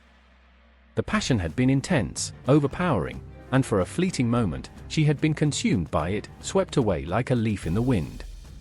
But when it was over, the silence that followed was deafening. She had been left alone, in the wake of a love that was not love at all. It was a conquest, a divine act that had no tenderness, only power. And yet, from that brutal union, something had stirred within her, something growing, something alive. The child. The child that would change the course of history. Months passed, and her body began to swell with the promise of life. At first, she had felt the weight of it as a burden, a reminder of what Zeus had done to her. The village whispered, and the gods watched from their thrones, unseen and uncaring. But as the days turned to weeks and weeks to months, Antiope began to feel something else. The life inside her was not just the product of a god's desire, it was something more. It was a legacy. It was power. It was the bloodline of Zeus himself. And when she gave birth, the world held its breath. The twins were born on a stormy night, as if the heavens themselves were watching. Amphion and Zethus. Two sons, born of divine and mortal flesh, each carrying the spark of Olympus within them. Their cries echoed through the night, and with each cry, Antiope's heart swelled with an emotion she could not name, fear, pride, love, and dread all mixed together in a storm of confusion. The boys grew quickly, their strength and beauty undeniable. They were children of Zeus, after all. And as they grew, so did their power, their presence. The very earth seemed to bend beneath their feet. They were gods, too, born of a mortal woman but shaped by the divine. But with their strength came the weight of their father's legacy, their destiny. Amphion, with his music, and Zeus, with his might, were destined to build something great. The walls of Thebes. Walls that would rise not from stone, but from their very will, their divine power. Amphion played his lyre, and with each note, the stones obeyed, rising up from the earth like living creatures. Zeus, with his strength, lifted the stones into place, his hands pressing them together with the force of thunder. Together, they shaped a city, Thebes, their city. A city that would rise from the ashes of their divine bloodline, from the pain and the sacrifice of their mother, Antiope. It was their legacy, their birthright. And as the walls of Thebes grew higher, so did the gods' wrath. The power of Zeus flowed through them, yes, but so did the curse of his love. It was a love that tore at the fabric of everything it touched, a love that destroyed and built in equal measure. The boys were born from that destruction, and they would carry its weight their entire lives. Antiope watched as they grew, as they became men of immense power. She could see it in their eyes, their hunger, their ambition. But she could also see the emptiness, the void that had taken root in their hearts, as though the blood of Zeus had left them with no room for anything else. And when they turned against her, when they cast her out of their lives, the ache of that betrayal echoed through her very soul. She had borne them. She had loved them. And yet, they had cast her aside, like so many others before her, like so many others who had been touched by the gods. But even in their betrayal, she could not stop loving them. They were her children. They were her blood. And despite the cruelty of Zeus, despite the weight of his presence upon her, she would always be bound to them, as they would be bound to each other, to the gods, to the destiny they could not escape. The city of Thebes stood tall now, its walls towering over the land. The legacy of Zeus had been passed down, etched into the very stones, and the blood of Antiope ran through the veins of every king that would rule there. Amphion and Zeus had built something magnificent, something eternal, and in that city, their names would be whispered through the ages. But in the quiet moments, when the city was still, when the moon hung high over the land, Antiope could hear their cries in her heart. She could still feel the weight of their birth, their power, and the cost of their existence. She had borne the sons of Zeus, and in doing so, she had borne the price of his love. A price that would be paid in blood. Niobe stood, frozen in the shadow of the towering statues of her children. The silence in the temple pressed against her chest, suffocating her, as though the gods themselves were holding their breath, waiting for something to break. In the stillness, she felt it, the weight of her motherhood, the pride, the arrogance, the love, and beneath it, something darker, something she couldn't name. She had borne children with the promise of their futures, with the certainty that they would outshine all others. The gods had blessed her, and her heart had swelled with a pride that no mortal had ever known. But as her gaze lingered on the hollow eyes of the statues, she couldn't shake the feeling that something had gone horribly wrong. Her children had been so perfect, so powerful, so loved by all who saw them. They should have been immortalized in the stars. Yet here she stood, on the edge of an abyss, her heart heavy with a truth she had refused to acknowledge for so long. The gods had seen her arrogance. They had seen her pride. And in their eyes, that had been her greatest sin. Her thoughts turned to Zeus. Had he been the one who had twisted her fate? He, who had known her beauty and brilliance, who had seen the fire in her eyes and the depth of her love for her children. He, who had whispered sweet promises into her ear, promising her glory and immortality. But as swiftly as he had come, he had disappeared, leaving behind only the remnants of his touch and a broken woman who could do nothing but grieve. And yet, she still loved him. Lamia could feel the curse in her bones. It burned, sharp and cold, every minute, every second, until her body seemed to pulse with the ache of it. The world had once known her as beautiful, radiant even, her skin like the smoothest marble, her eyes brighter than the morning sun. Her laughter had been a melody that could melt even the hardest hearts. And then there had been Zeus. Zeus, whose presence had been as powerful as a thunderstorm, whose touch had ignited something in her that had been dormant for so long. His promises had been like honey, sweet and thick, tempting her to taste more. He had called her into his arms, and in that embrace, she had thought herself blessed. But the blessings of the gods were not what they seemed, and the storm that had once filled her with warmth had turned against her, scarring her in ways no mortal could understand. She had loved him. Oh, how she had loved him! But love, when it comes from the gods, is a curse. And soon, Lamia's beauty began to twist, her form contorting in ways that made her unrecognizable. Her eyes, once full of light, became hollow voids. And worst of all, she began to hunger. Her insatiable desire to protect her children, the children born of her union with Zeus, turned into something monstrous. She could no longer control the rage that burned within her. It fed on her heart, her soul, until she was nothing but a beast, driven by a hunger that could never be sated. The children she had once loved, cherished, were now just more victims, more bodies to feed her insatiable need. The gods had made her into a creature of destruction, and in doing so, they had shattered the woman she had once been. She no longer knew what it was to feel love. Only hunger. Only loss. The kind of loss that is so consuming it becomes your identity. Zeus, the king of the gods, had left his mark on both of them in ways that neither would ever escape. Niobe had been proud of her children, so proud she had dared to compare herself to Leto, the mother of Apollo and Artemis. She had called her children superior, and the gods, like vengeful shadows, had listened, and they had punished her for it. Her children, once flawless, were struck down in the blink of an eye, her pride shattered by the loss of them. The silence that followed their deaths was worse than the wailing of her grief. It was the sound of the gods' indifference. It was a silence that said that nothing, not even the most powerful love, could withstand the weight of their jealousy. And Lamia, whose beauty had been her greatest gift, now walked the earth as something monstrous, something born of the gods' whims, cursed to devour the very children she had once loved. Every moment of her existence felt like an eternity of pain, an endless cycle of destruction and hunger. She could no longer remember what it felt like to hold a child in her arms without feeling the hunger claw at her insides. Her children, too, had been taken from her, but in a way far worse than death. They had been consumed, devoured by the very monster she had become. Both women, Niobe and Lamia, had once been seen as paragons of motherhood, of strength, of love. They had both been touched by Zeus, and both had been destroyed by him. Their children, their legacies, had been torn from them by the hand of the god who had once promised them everything. For Niobe, there had been nothing left but grief, an empty space where once there had been pride and joy. For Lamia, there had been nothing left but hunger, an unending ache that would never be sated, a monstrous form that was her only identity. The wrath of the gods was as eternal as it was destructive, and in its wake, there was only the hollow echo of what had been.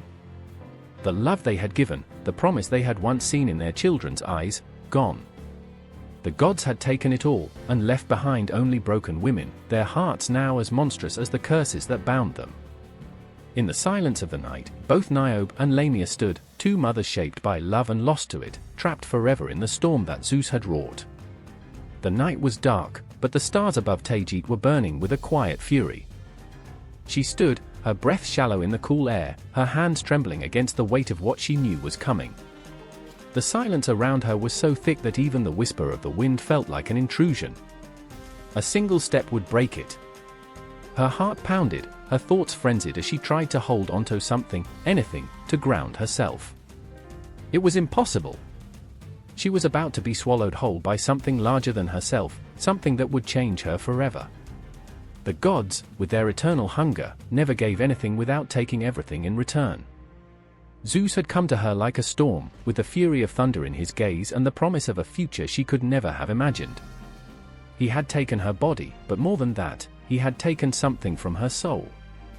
What he left behind was Lacedaemon, her child, her legacy. A name destined to echo through the ages, but at what cost? She remembered the touch of his hands, so firm, so godly. Every part of her had been consumed, and yet, all she could feel was the weight of what it would mean to bear a child of the gods. She had been forced into a place where no mortal woman should ever be, lost between the possibility of glory and the certainty of sacrifice.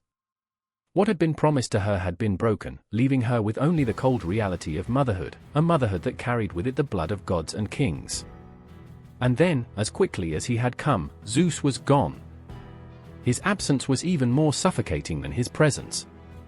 She was left with nothing but the child growing inside her, a child who would one day forge his name into the annals of history. The shadows stretched long over the mountain as Maya rested beneath a canopy of stars. She could hear the soft sounds of the forest, the rustling of leaves, as if the world was alive, watching her, waiting for her. She had never asked for this. She had never wanted to be caught in the web of a god's desire. Yet, Zeus had come, as he always did, with his promises wrapped in the sweetness of his gaze. He had spoken of things no mortal could understand, of heights that no human could climb, and of a child who would rise higher than any of them. And she had believed him.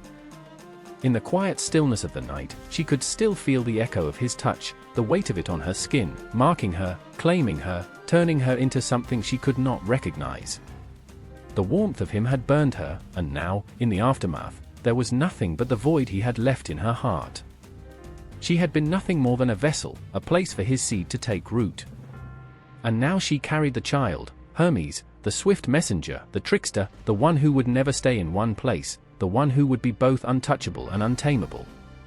Maya had been left with only the silence of the gods, and the birth of her son, an echo of a love that had never been. The air had shifted when he was born, the gods themselves taking notice of the child who would move like lightning, who would steal and deceive, who would slip between the cracks of the world as though it were his home. She watched him grow, watched as his tiny hands curled into fists, as his eyes sparkled with mischief, and she felt the sting of something unspoken in the back of her throat. The joy of motherhood was something she could never truly claim, not with a child who was already more than she could comprehend. Hermes was not hers to hold. He was born to roam. But Taygit's son was different. Lacedaemon was of the earth, a child forged by gods and men. He would be grounded by the same weight that had crushed his mother, the same pride that had brought Zeus to her in the first place. Lacedaemon would never escape the shadow of his birth. There was no place in this world where he could stand without it following him, pulling him back to the gods who had shaped him.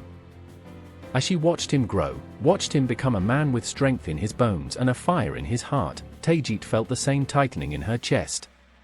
What had been taken from her, what had been lost in the birth of this child, was not something she could name. But it was there. The legacy of a god. The blood of a king. Lacedaemon would rise, and so too would the weight of his heritage. Maya's gaze turned skyward, her heart heavy with the absence of something she could never possess. Hermes was a force of nature, a god among mortals, a thief among kings. She would never know him. Not truly. He would slip away before she could even call his name. But she had known, from the very beginning, that he was not hers. He belonged to something larger, something impossible to tame. He belonged to the wind, to the messages that carried between the gods, to the trickster who would never be held down. And yet, in his wildness, in his defiance of anything that tried to contain him, there was a part of her, a part of every mother, who felt an ache she would never admit aloud. The ache of something that could never be hers. The ache of something beautiful, untouchable, never meant for her to hold. Zeus had done this. He had given them children who were more than mortal, more than anyone could understand. He had left them with legacies that could never be washed away, legacies that would echo through time and space, carrying with them the weight of gods. But what about the mothers? What about the women who had borne them? What of the ones who had been touched by the gods only to be left behind, forgotten in the wake of their children's glory? Taygit and Maya would never know the answer. They would never see their sons for who they truly were, never hold them as mere mortals. They would only see the shadows cast by gods, the empty spaces that could never be filled. In the end, Zeus had created them, a legacy of divine blood, but he had also broken them, leaving the mothers to carry the weight of their children's futures alone. And as the winds whispered their names, as the stars burned brighter with each passing moment, all they could do was watch, helpless in the face of what had been wrought by the gods. The winds howled through the mountains, and the sky darkened with the weight of an unseen presence. Electra stood alone, her heart beating in time with the rising storm, her eyes fixed on the distant horizon. She could feel him coming. The earth seemed to tremble beneath her feet, a warning she could not escape. He would come as he always did, unstoppable, inevitable. Zeus, the god of thunder, whose gaze burned through the heavens and whose will bent the world to his desires. He was drawn to her, as he was drawn to every woman who dared stand in the light of the gods. And she was no different. But there was something about her that made it impossible for her to turn away. Something in the air between them that crackled with tension, both a promise and a curse. His approach was silent at first, as if he could not be seen until he wished it. And then, in an instant, his presence was everywhere, filling the space around her until the very air was thick with the weight of it. He had come to claim her. And in that moment, as his eyes locked with hers, Electra knew that this would not be like the others. This would not be the same quiet surrender she had seen in the eyes of others. No. This was different. She was not like the others. She was Electra, and she would not be a mere vessel for the gods. She would not bow before him. Not this time. But Zeus was not a god to be denied. The night had fallen heavy with the burden of what had transpired. And when the storm had passed, there was no triumph in Electra's heart. Only emptiness. The world had been forever changed in that single moment, a shift that no mortal could ever truly understand. A child had been conceived, Dardanus, who would one day build the city of Troy. His blood would run through the veins of kings and warriors, his name shouted on the fields of battle. The weight of that destiny was like a crushing tide, and Electra could feel it pressing down on her chest, suffocating her. She had been touched by the gods, but not with the grace of a blessing. No, it was a curse. Her body now bore the mark of Zeus's desires, and her son would carry that legacy. Dardanus would rise, and with him would come the Trojan line, a dynasty that would bring both glory and ruin. The city of Troy, her son's inheritance, would rise to greatness, but it would fall, as all things touched by Zeus were destined to do. Electra could not escape what she had given birth to, could not wash away the stain of what had been done. The gods had taken everything. And she was left with only the memory of a love that was never hers to have, a future that would never be hers to shape. Sinope had always been different. From the moment she had seen the gods for what they truly were, immortal, relentless, beautiful in their cruelty, she had known she could never bow to them. And when Zeus came to her, drawn by her beauty as he was drawn to all women, she laughed. She had been prepared. Prepared to outsmart him, to twist his intentions until he was left with nothing but his own defeat. The trickster had always been within her, hidden beneath the surface of her innocence. She had learned, over time, that the gods were not infallible. They could be deceived, outwitted, even by a mere nymph like her. And when Zeus came to her, his eyes glowing with desire, his words sweet as honey, she smiled. She knew what was coming. She could feel it in the air, the charge of electricity, the crackling of thunder that foretold his arrival. But she was not afraid. He would try to take her, as he had taken so many others. But she would not be like the others. Not this time. She slipped away from his grasp, out of his reach, laughing softly as she transformed, her form shifting before his eyes, elusive as the wind. She had done it. She had escaped. Zeus, the all-powerful, the god who could shape the very world with his will, had been bested by a clever nymph who had known his tricks all along. The gods could not have her. Not this time. But even in her victory, she felt the hollow ache of something more, a deep, gnawing emptiness that no trick could fill. She had outsmarted him, yes. But she could never escape the gods entirely. Even if she slipped from his grasp now, she would always feel the weight of their eyes upon her. The gods were never truly defeated. And even in her victory, there was no escape. The weight of what had happened to Electra would never leave her. She could never forget the storm that had raged inside her when Zeus had come. It was the thunderous roar of fate, the undeniable reality of what it meant to be touched by a god. Dardanus would grow, would rise, and would give birth to a city that would stand as a testament to the gods' power and their cruelty. But it was not just Electra who bore the mark of the gods. Sinope, too, would carry the memory of that night. The triumph of her escape would echo in her heart, but it would not bring her peace. The gods would never let her forget them. Even the cleverest trickster could not outrun the reach of immortality. The gods were eternal, and in the end, No mortal, no matter how cunning, could escape their grasp. Dardanus and the Trojan line would live, but so would the weight of what had come before. The world would burn with the fire of a war that was never meant to be won. And as the years passed, and the walls of Troy were built, and the blood of kings was spilled, the gods would watch. And they would remember. And they would claim more. Because that was the price of the gods' love. It was always fleeting, always destructive, always beyond the reach of those who thought they could escape it. The air trembled, thick with an unspoken tension that hung like a storm about to break. Nemesis stood at the edge of a vast, darkened sky, her gaze locked on the horizon where the gods watched, waiting, calculating, as if the very fabric of fate had already been torn, and she was the thread that remained. There was a flicker of something cold in her eyes, a whisper of vengeance, and yet, something else, an ache she could not escape, no matter how she tried. Her name had always carried weight, a name born from the very nature of retribution. She was the goddess of vengeance, a force of nature that struck down those who dared to rise too high. And yet, in that moment, as the heavens themselves seemed to stir with the unseen power of Zeus, she knew something had shifted. This would not be the revenge she was known for. No, this was something far stranger, far more tangled. A twist in destiny that she could neither predict nor control. He had come to her, as they always did, Zeus, the king of gods, with his thunderous presence and his eyes that saw beyond time itself. But this was not about her revenge.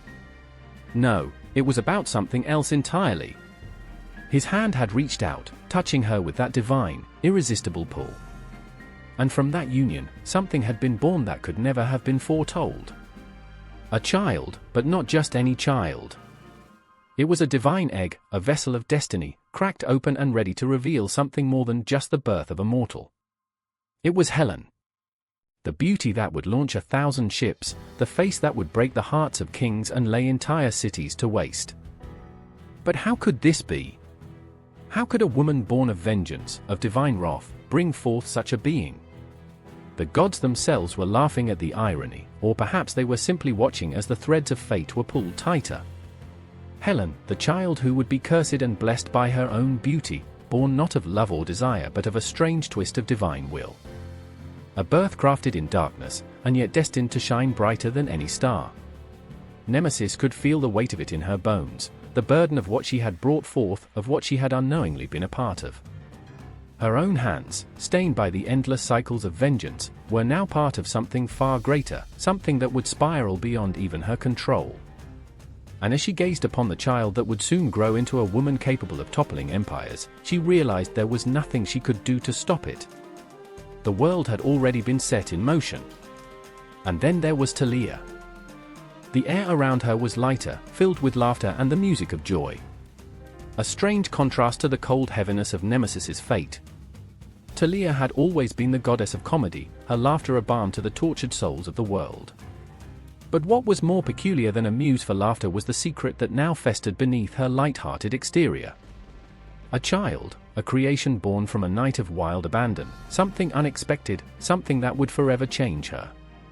The satyr's blood ran thick in this child, a testament to the wild, untamed nature of their union.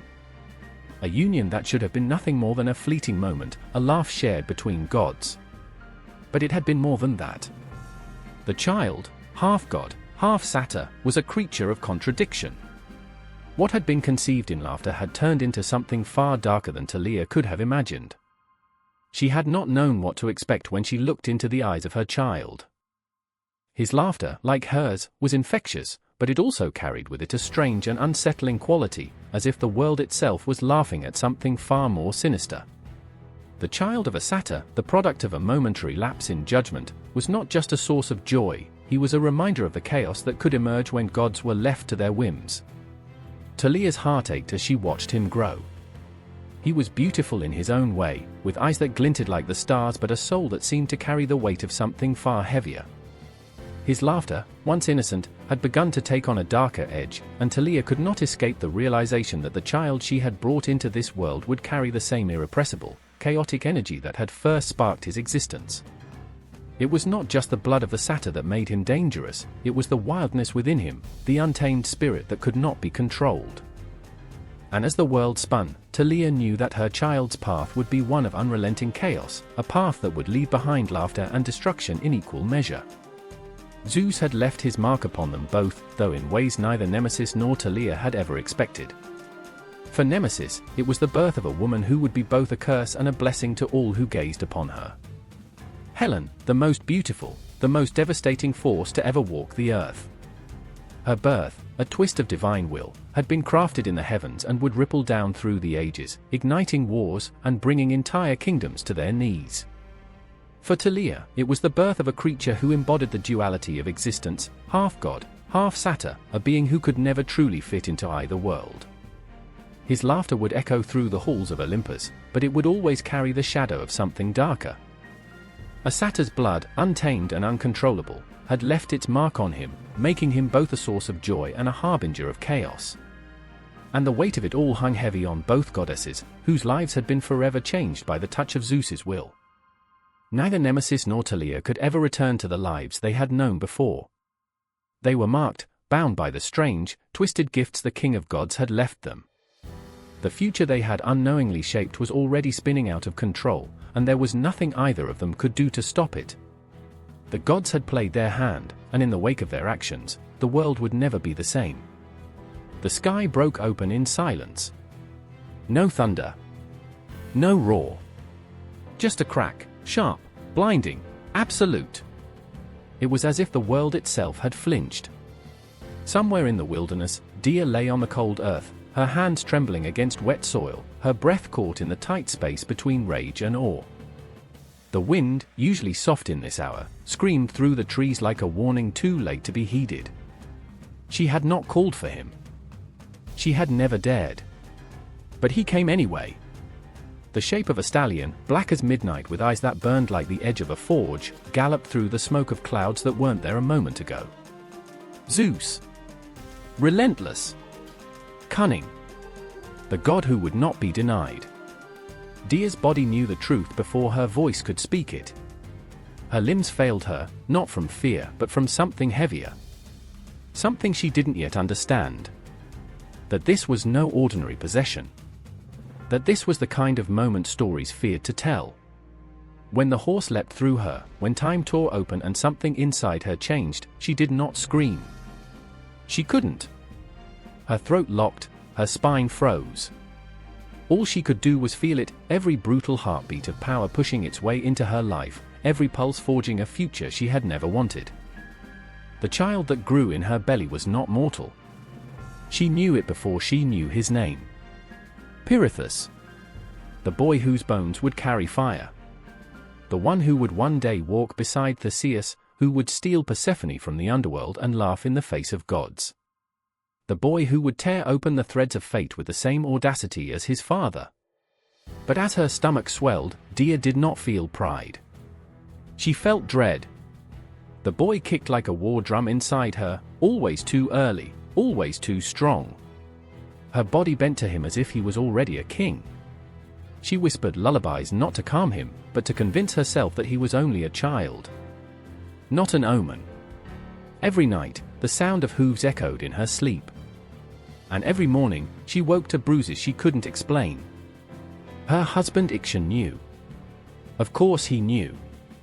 But the shame of it stuck in his teeth like rot.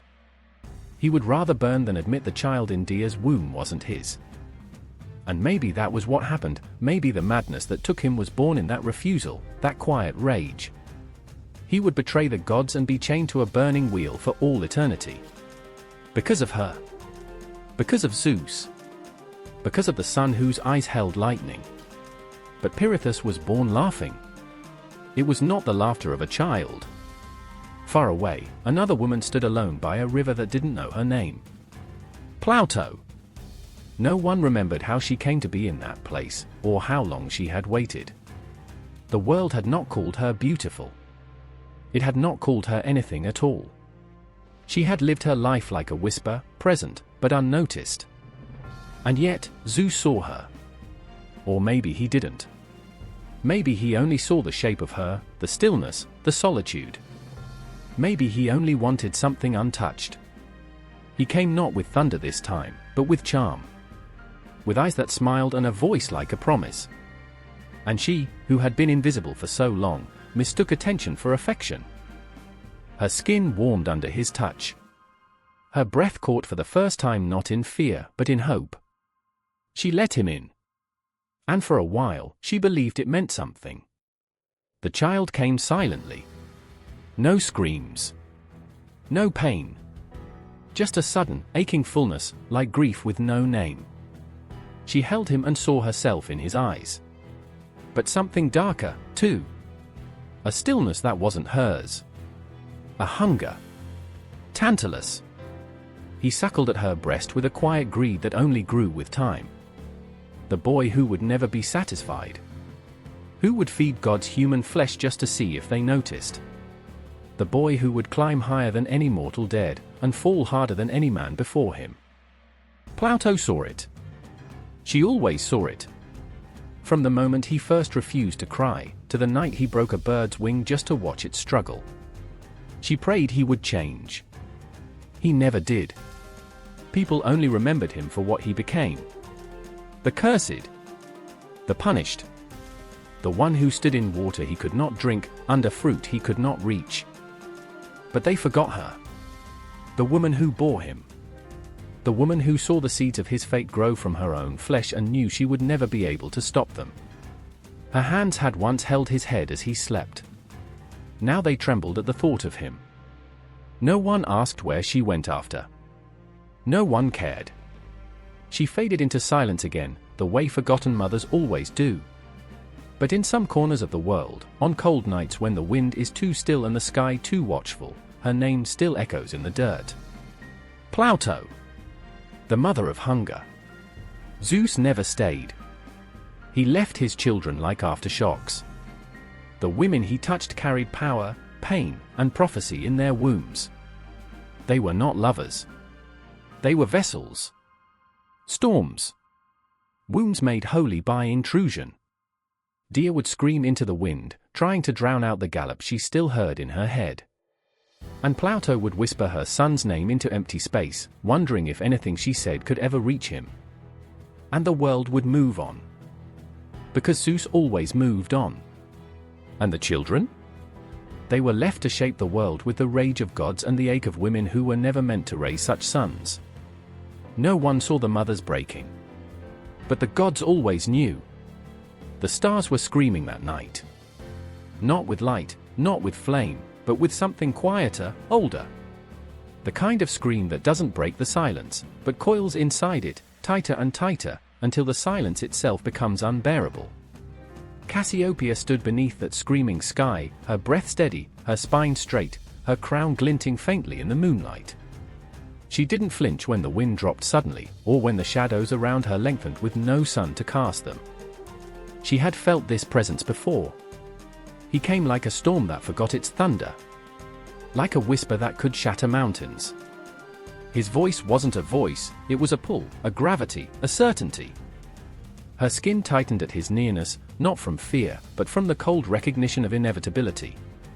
Cassiopeia had once ruled with pride sharp enough to cut bone. She had been called vain, arrogant, reckless, words men used when a woman stood too tall. And now, a god wanted her? Not for her throne. Not for her beauty. For her defiance. Zeus didn't always want worship.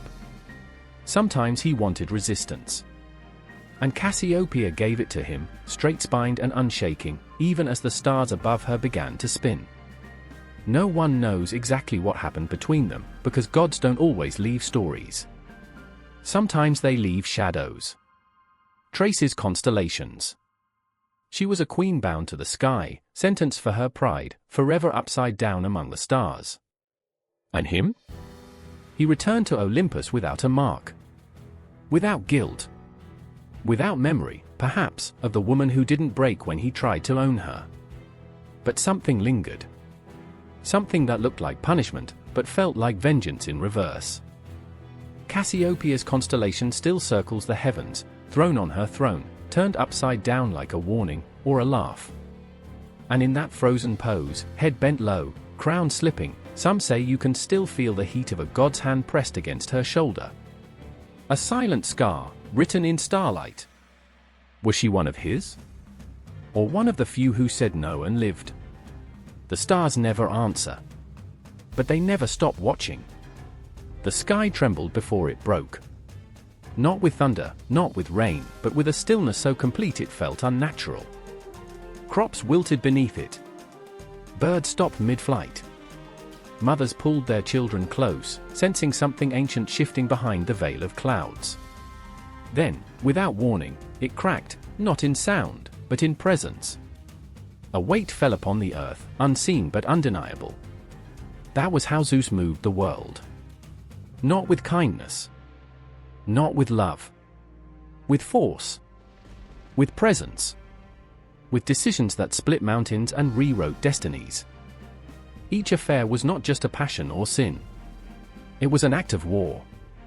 A nymph wept in a grove, and years later, a city stood where her tears soaked the soil. A queen was taken across the sea, and nations bled for decades in her wake. A maiden cried beneath the stars, and the stars themselves rearranged to mark her loss. No moment was quiet once Zeus touched it. Every love became a fault line. Every child born of him was a crack in the surface of the world, glowing hot with possibility and ruin. The myths were never just myths. They were maps. Blood-stained blueprints of power stretching across generations. Zeus lay with Alcmene, and Heracles rose, his shadow long enough to shatter monsters and gods alike. Zeus seduced Europa, and kingdoms shifted, names changed, coins minted in her honor centuries after her abduction. Helen emerged from an egg, and 10 years of war followed her smile. The Greek world was not shaped by tools or treaties. It was shaped by longing. By divine obsession. By a god's hands on mortal skin. Each story was a seed, planted with thunder. The roots dug into culture, into kingship, into bloodlines. They justified power. They explained pain. A king could say, "I am descended from Zeus," and the people would kneel, not because they believed in blood, but because they had seen what happened when gods grew bored. These tales spread like wildfire through mouths and ink. Poets breathed them into life again and again, until they weren't stories anymore. They were truth. They were law. They were why the Spartans fought and the Athenians sang. Why sons disobeyed and daughters feared the woods after dusk. Why temples rose high enough to scrape the clouds. People feared gods. But they feared Zeus differently. Not as a storm, but as a whisper in the dark, a whisper that promised favor or fury with the same cruel mouth. What was love to a god like him? Nothing. Everything. A tool. A flame. A choice made over and over again with the same result, chaos. He could not help himself. He would not help himself. So the world bent around him, tore at its seams to make room for the consequences. And those consequences had names. Heracles. Minos. Perseus. Sarpedon. Helen. Tantalus. Dardanus. Rhadamanthus. Aeacus. Amphion. Each child a piece of fire thrown into mortal hands. Some were heroes. Some were kings.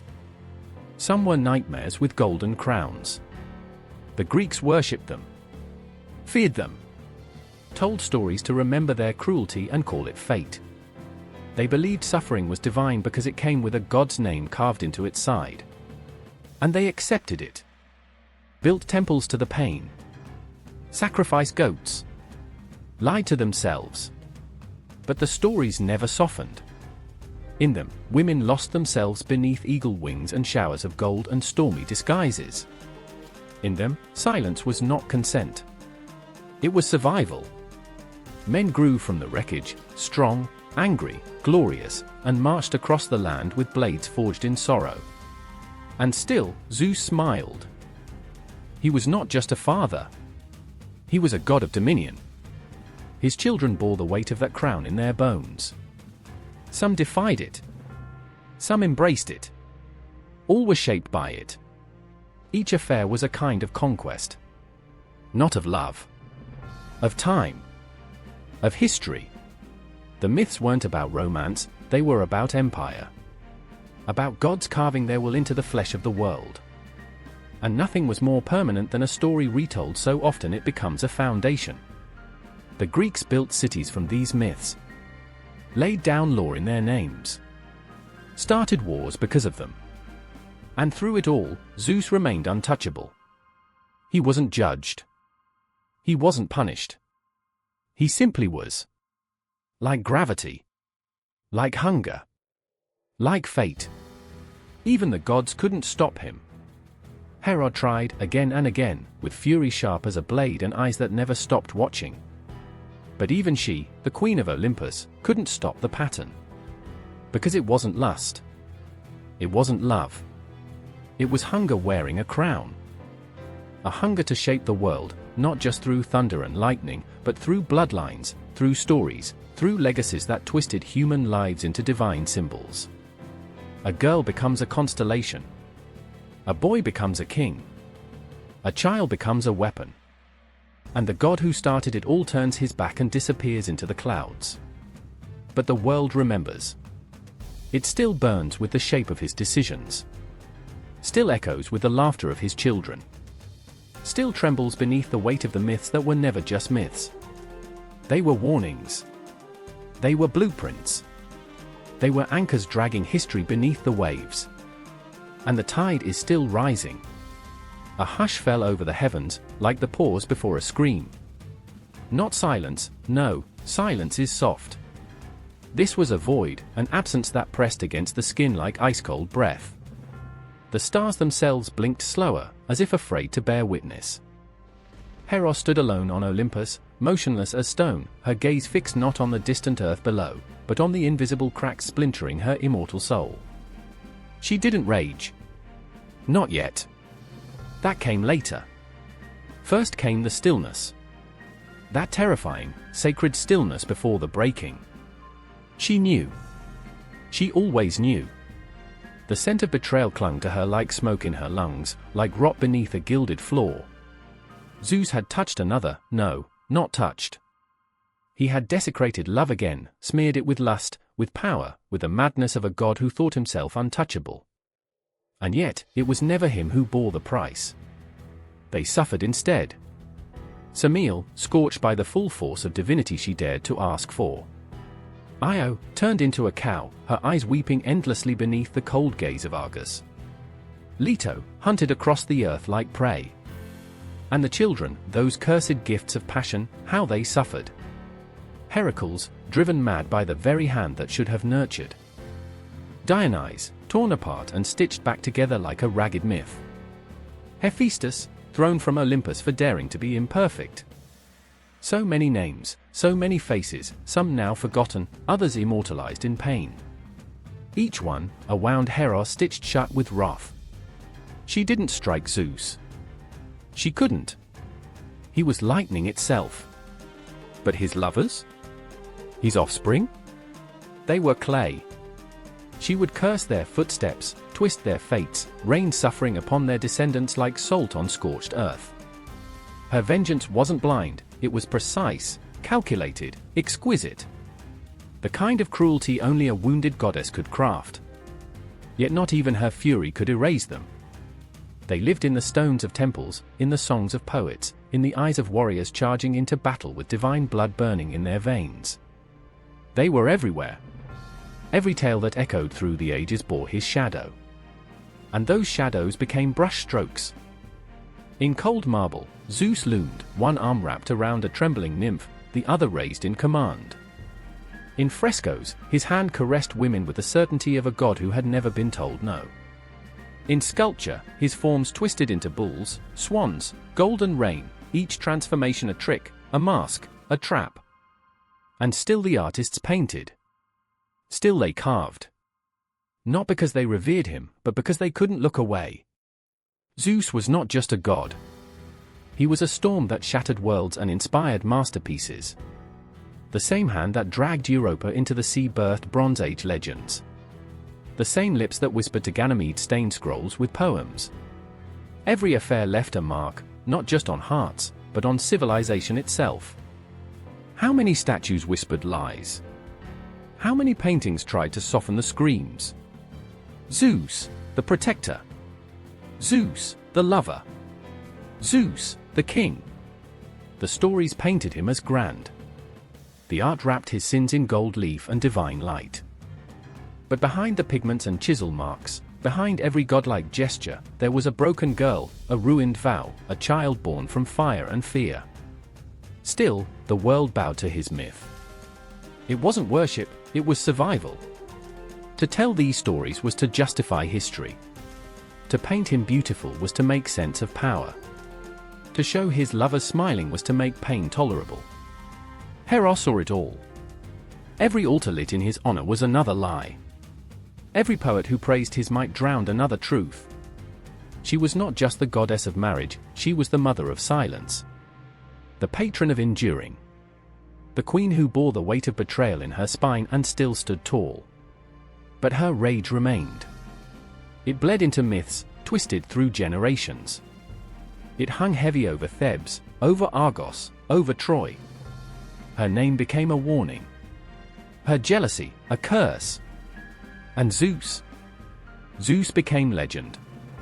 In the hush of a temple, in the glint of a shield, in the final breath of a dying hero, he lived on. His children rose to rule, to destroy, to be worshipped or feared.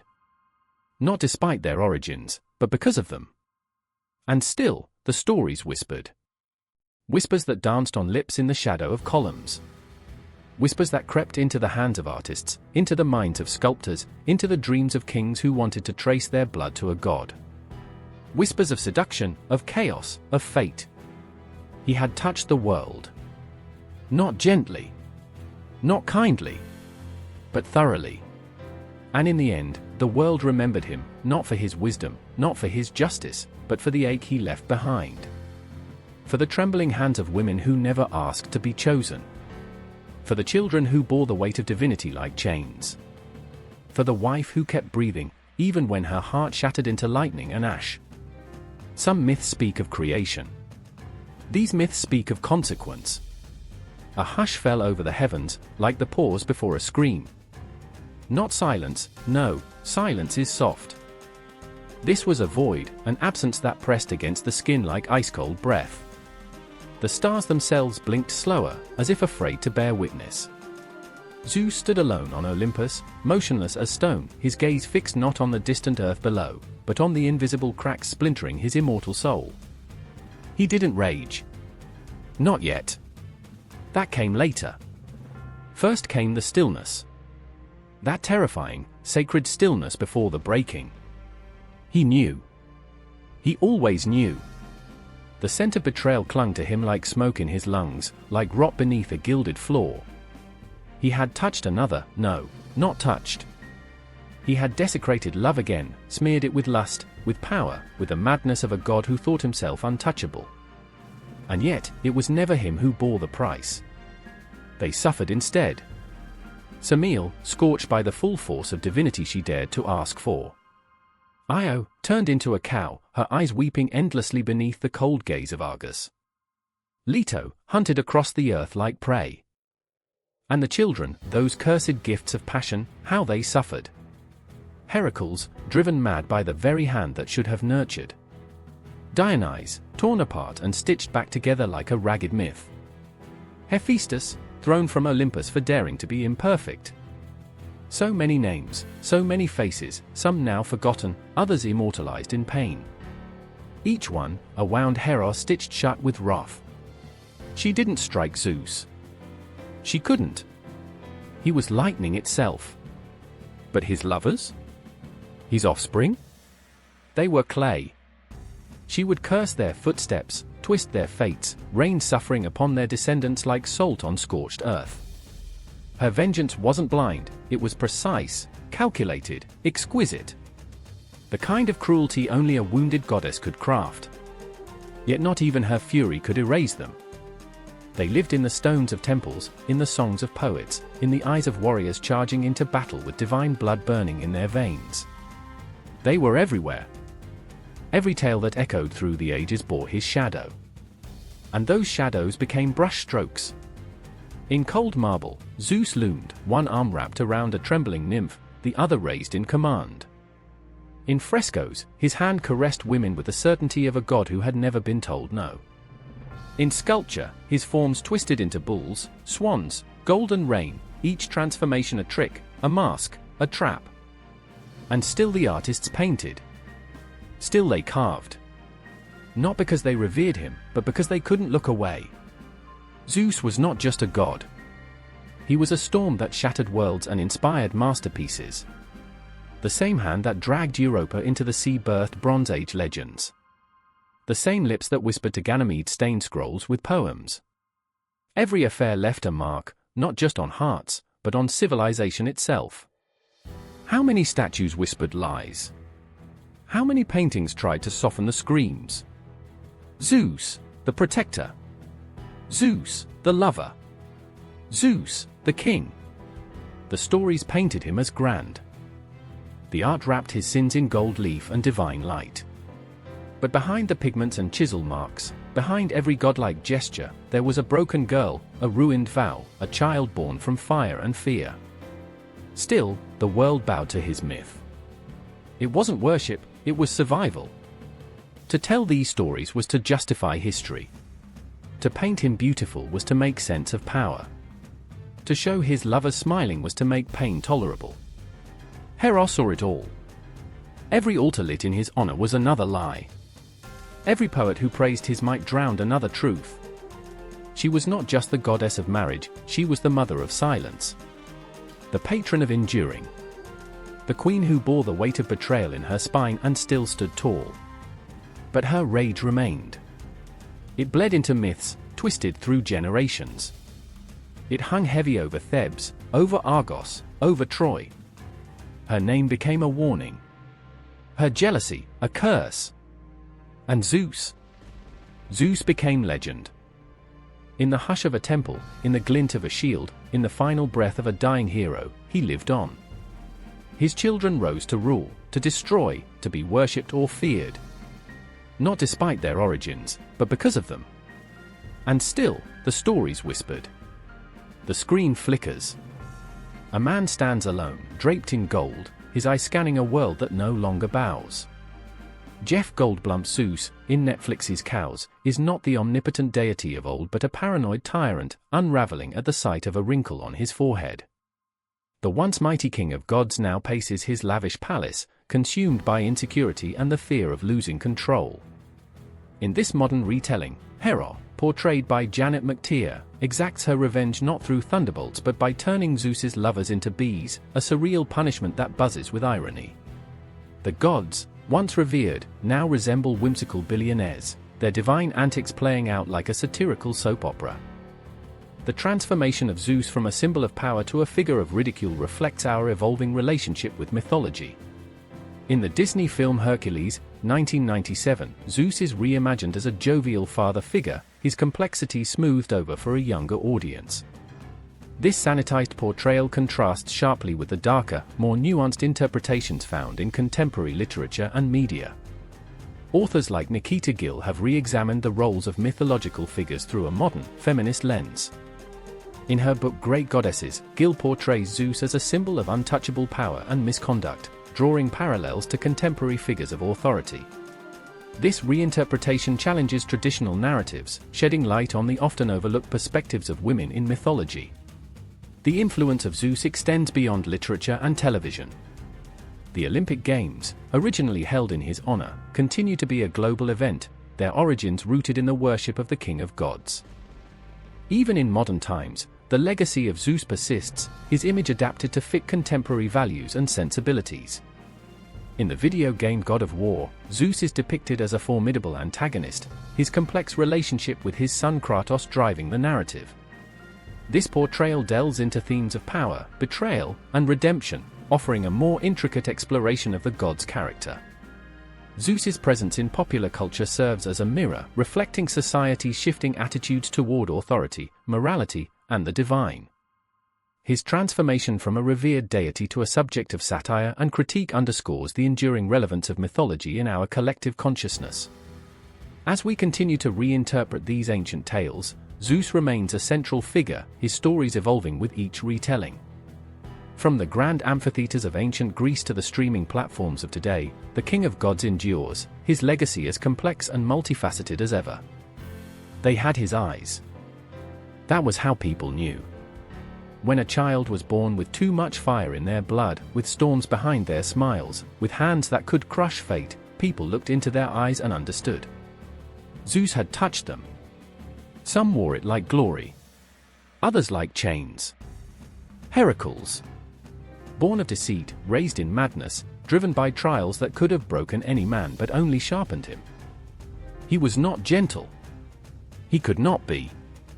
His strength came with a curse stitched to his soul. Every task, every monster, every drop of sweat carved him deeper into legend, but no one ever asked if he wanted it. Perseus.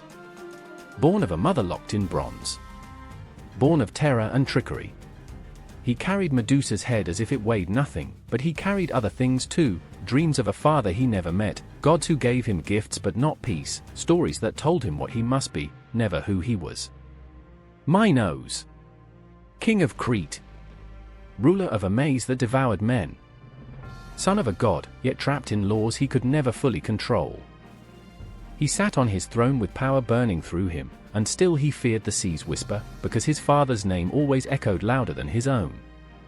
Helen. Born from an egg, child of seduction and vengeance.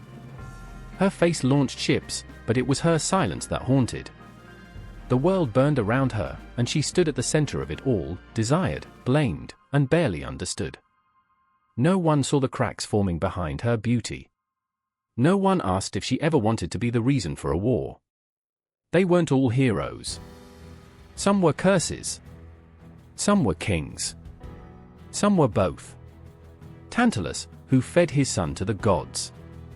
Sarpedon, whose blood painted the fields of Troy.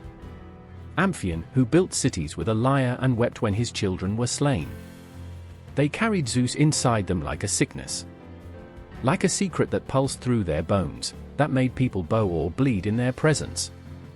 The world wanted their greatness. The gods demanded their sacrifice. None of them asked to be born. None of them asked to inherit a storm. And Zeus, he watched. Maybe. Sometimes. From high above, wrapped in thunderclouds and glory, he watched the chaos his seed planted. Sometimes he helped. Sometimes he punished. Most often, he disappeared. He left mothers to raise monsters. He left wives to bear children who broke them. He left mortals to wonder why the gods touched them at all, if all they left behind was ruin wearing the mask of legacy. The children of Zeus were fire in human skin. And fire consumes. Even when it lights the way. Some carved their names into the bones of the earth. Some wept into stone until it remembered them. Some faded, their power too wild, too bright to last. But each of them lived like the sky had cracked open to pour them into the world, and in truth, it had. Every time one of them was born, the wind paused. The air held its breath. The earth braced. Because power like that always comes with a price. And the god who gave it? Never stayed to pay.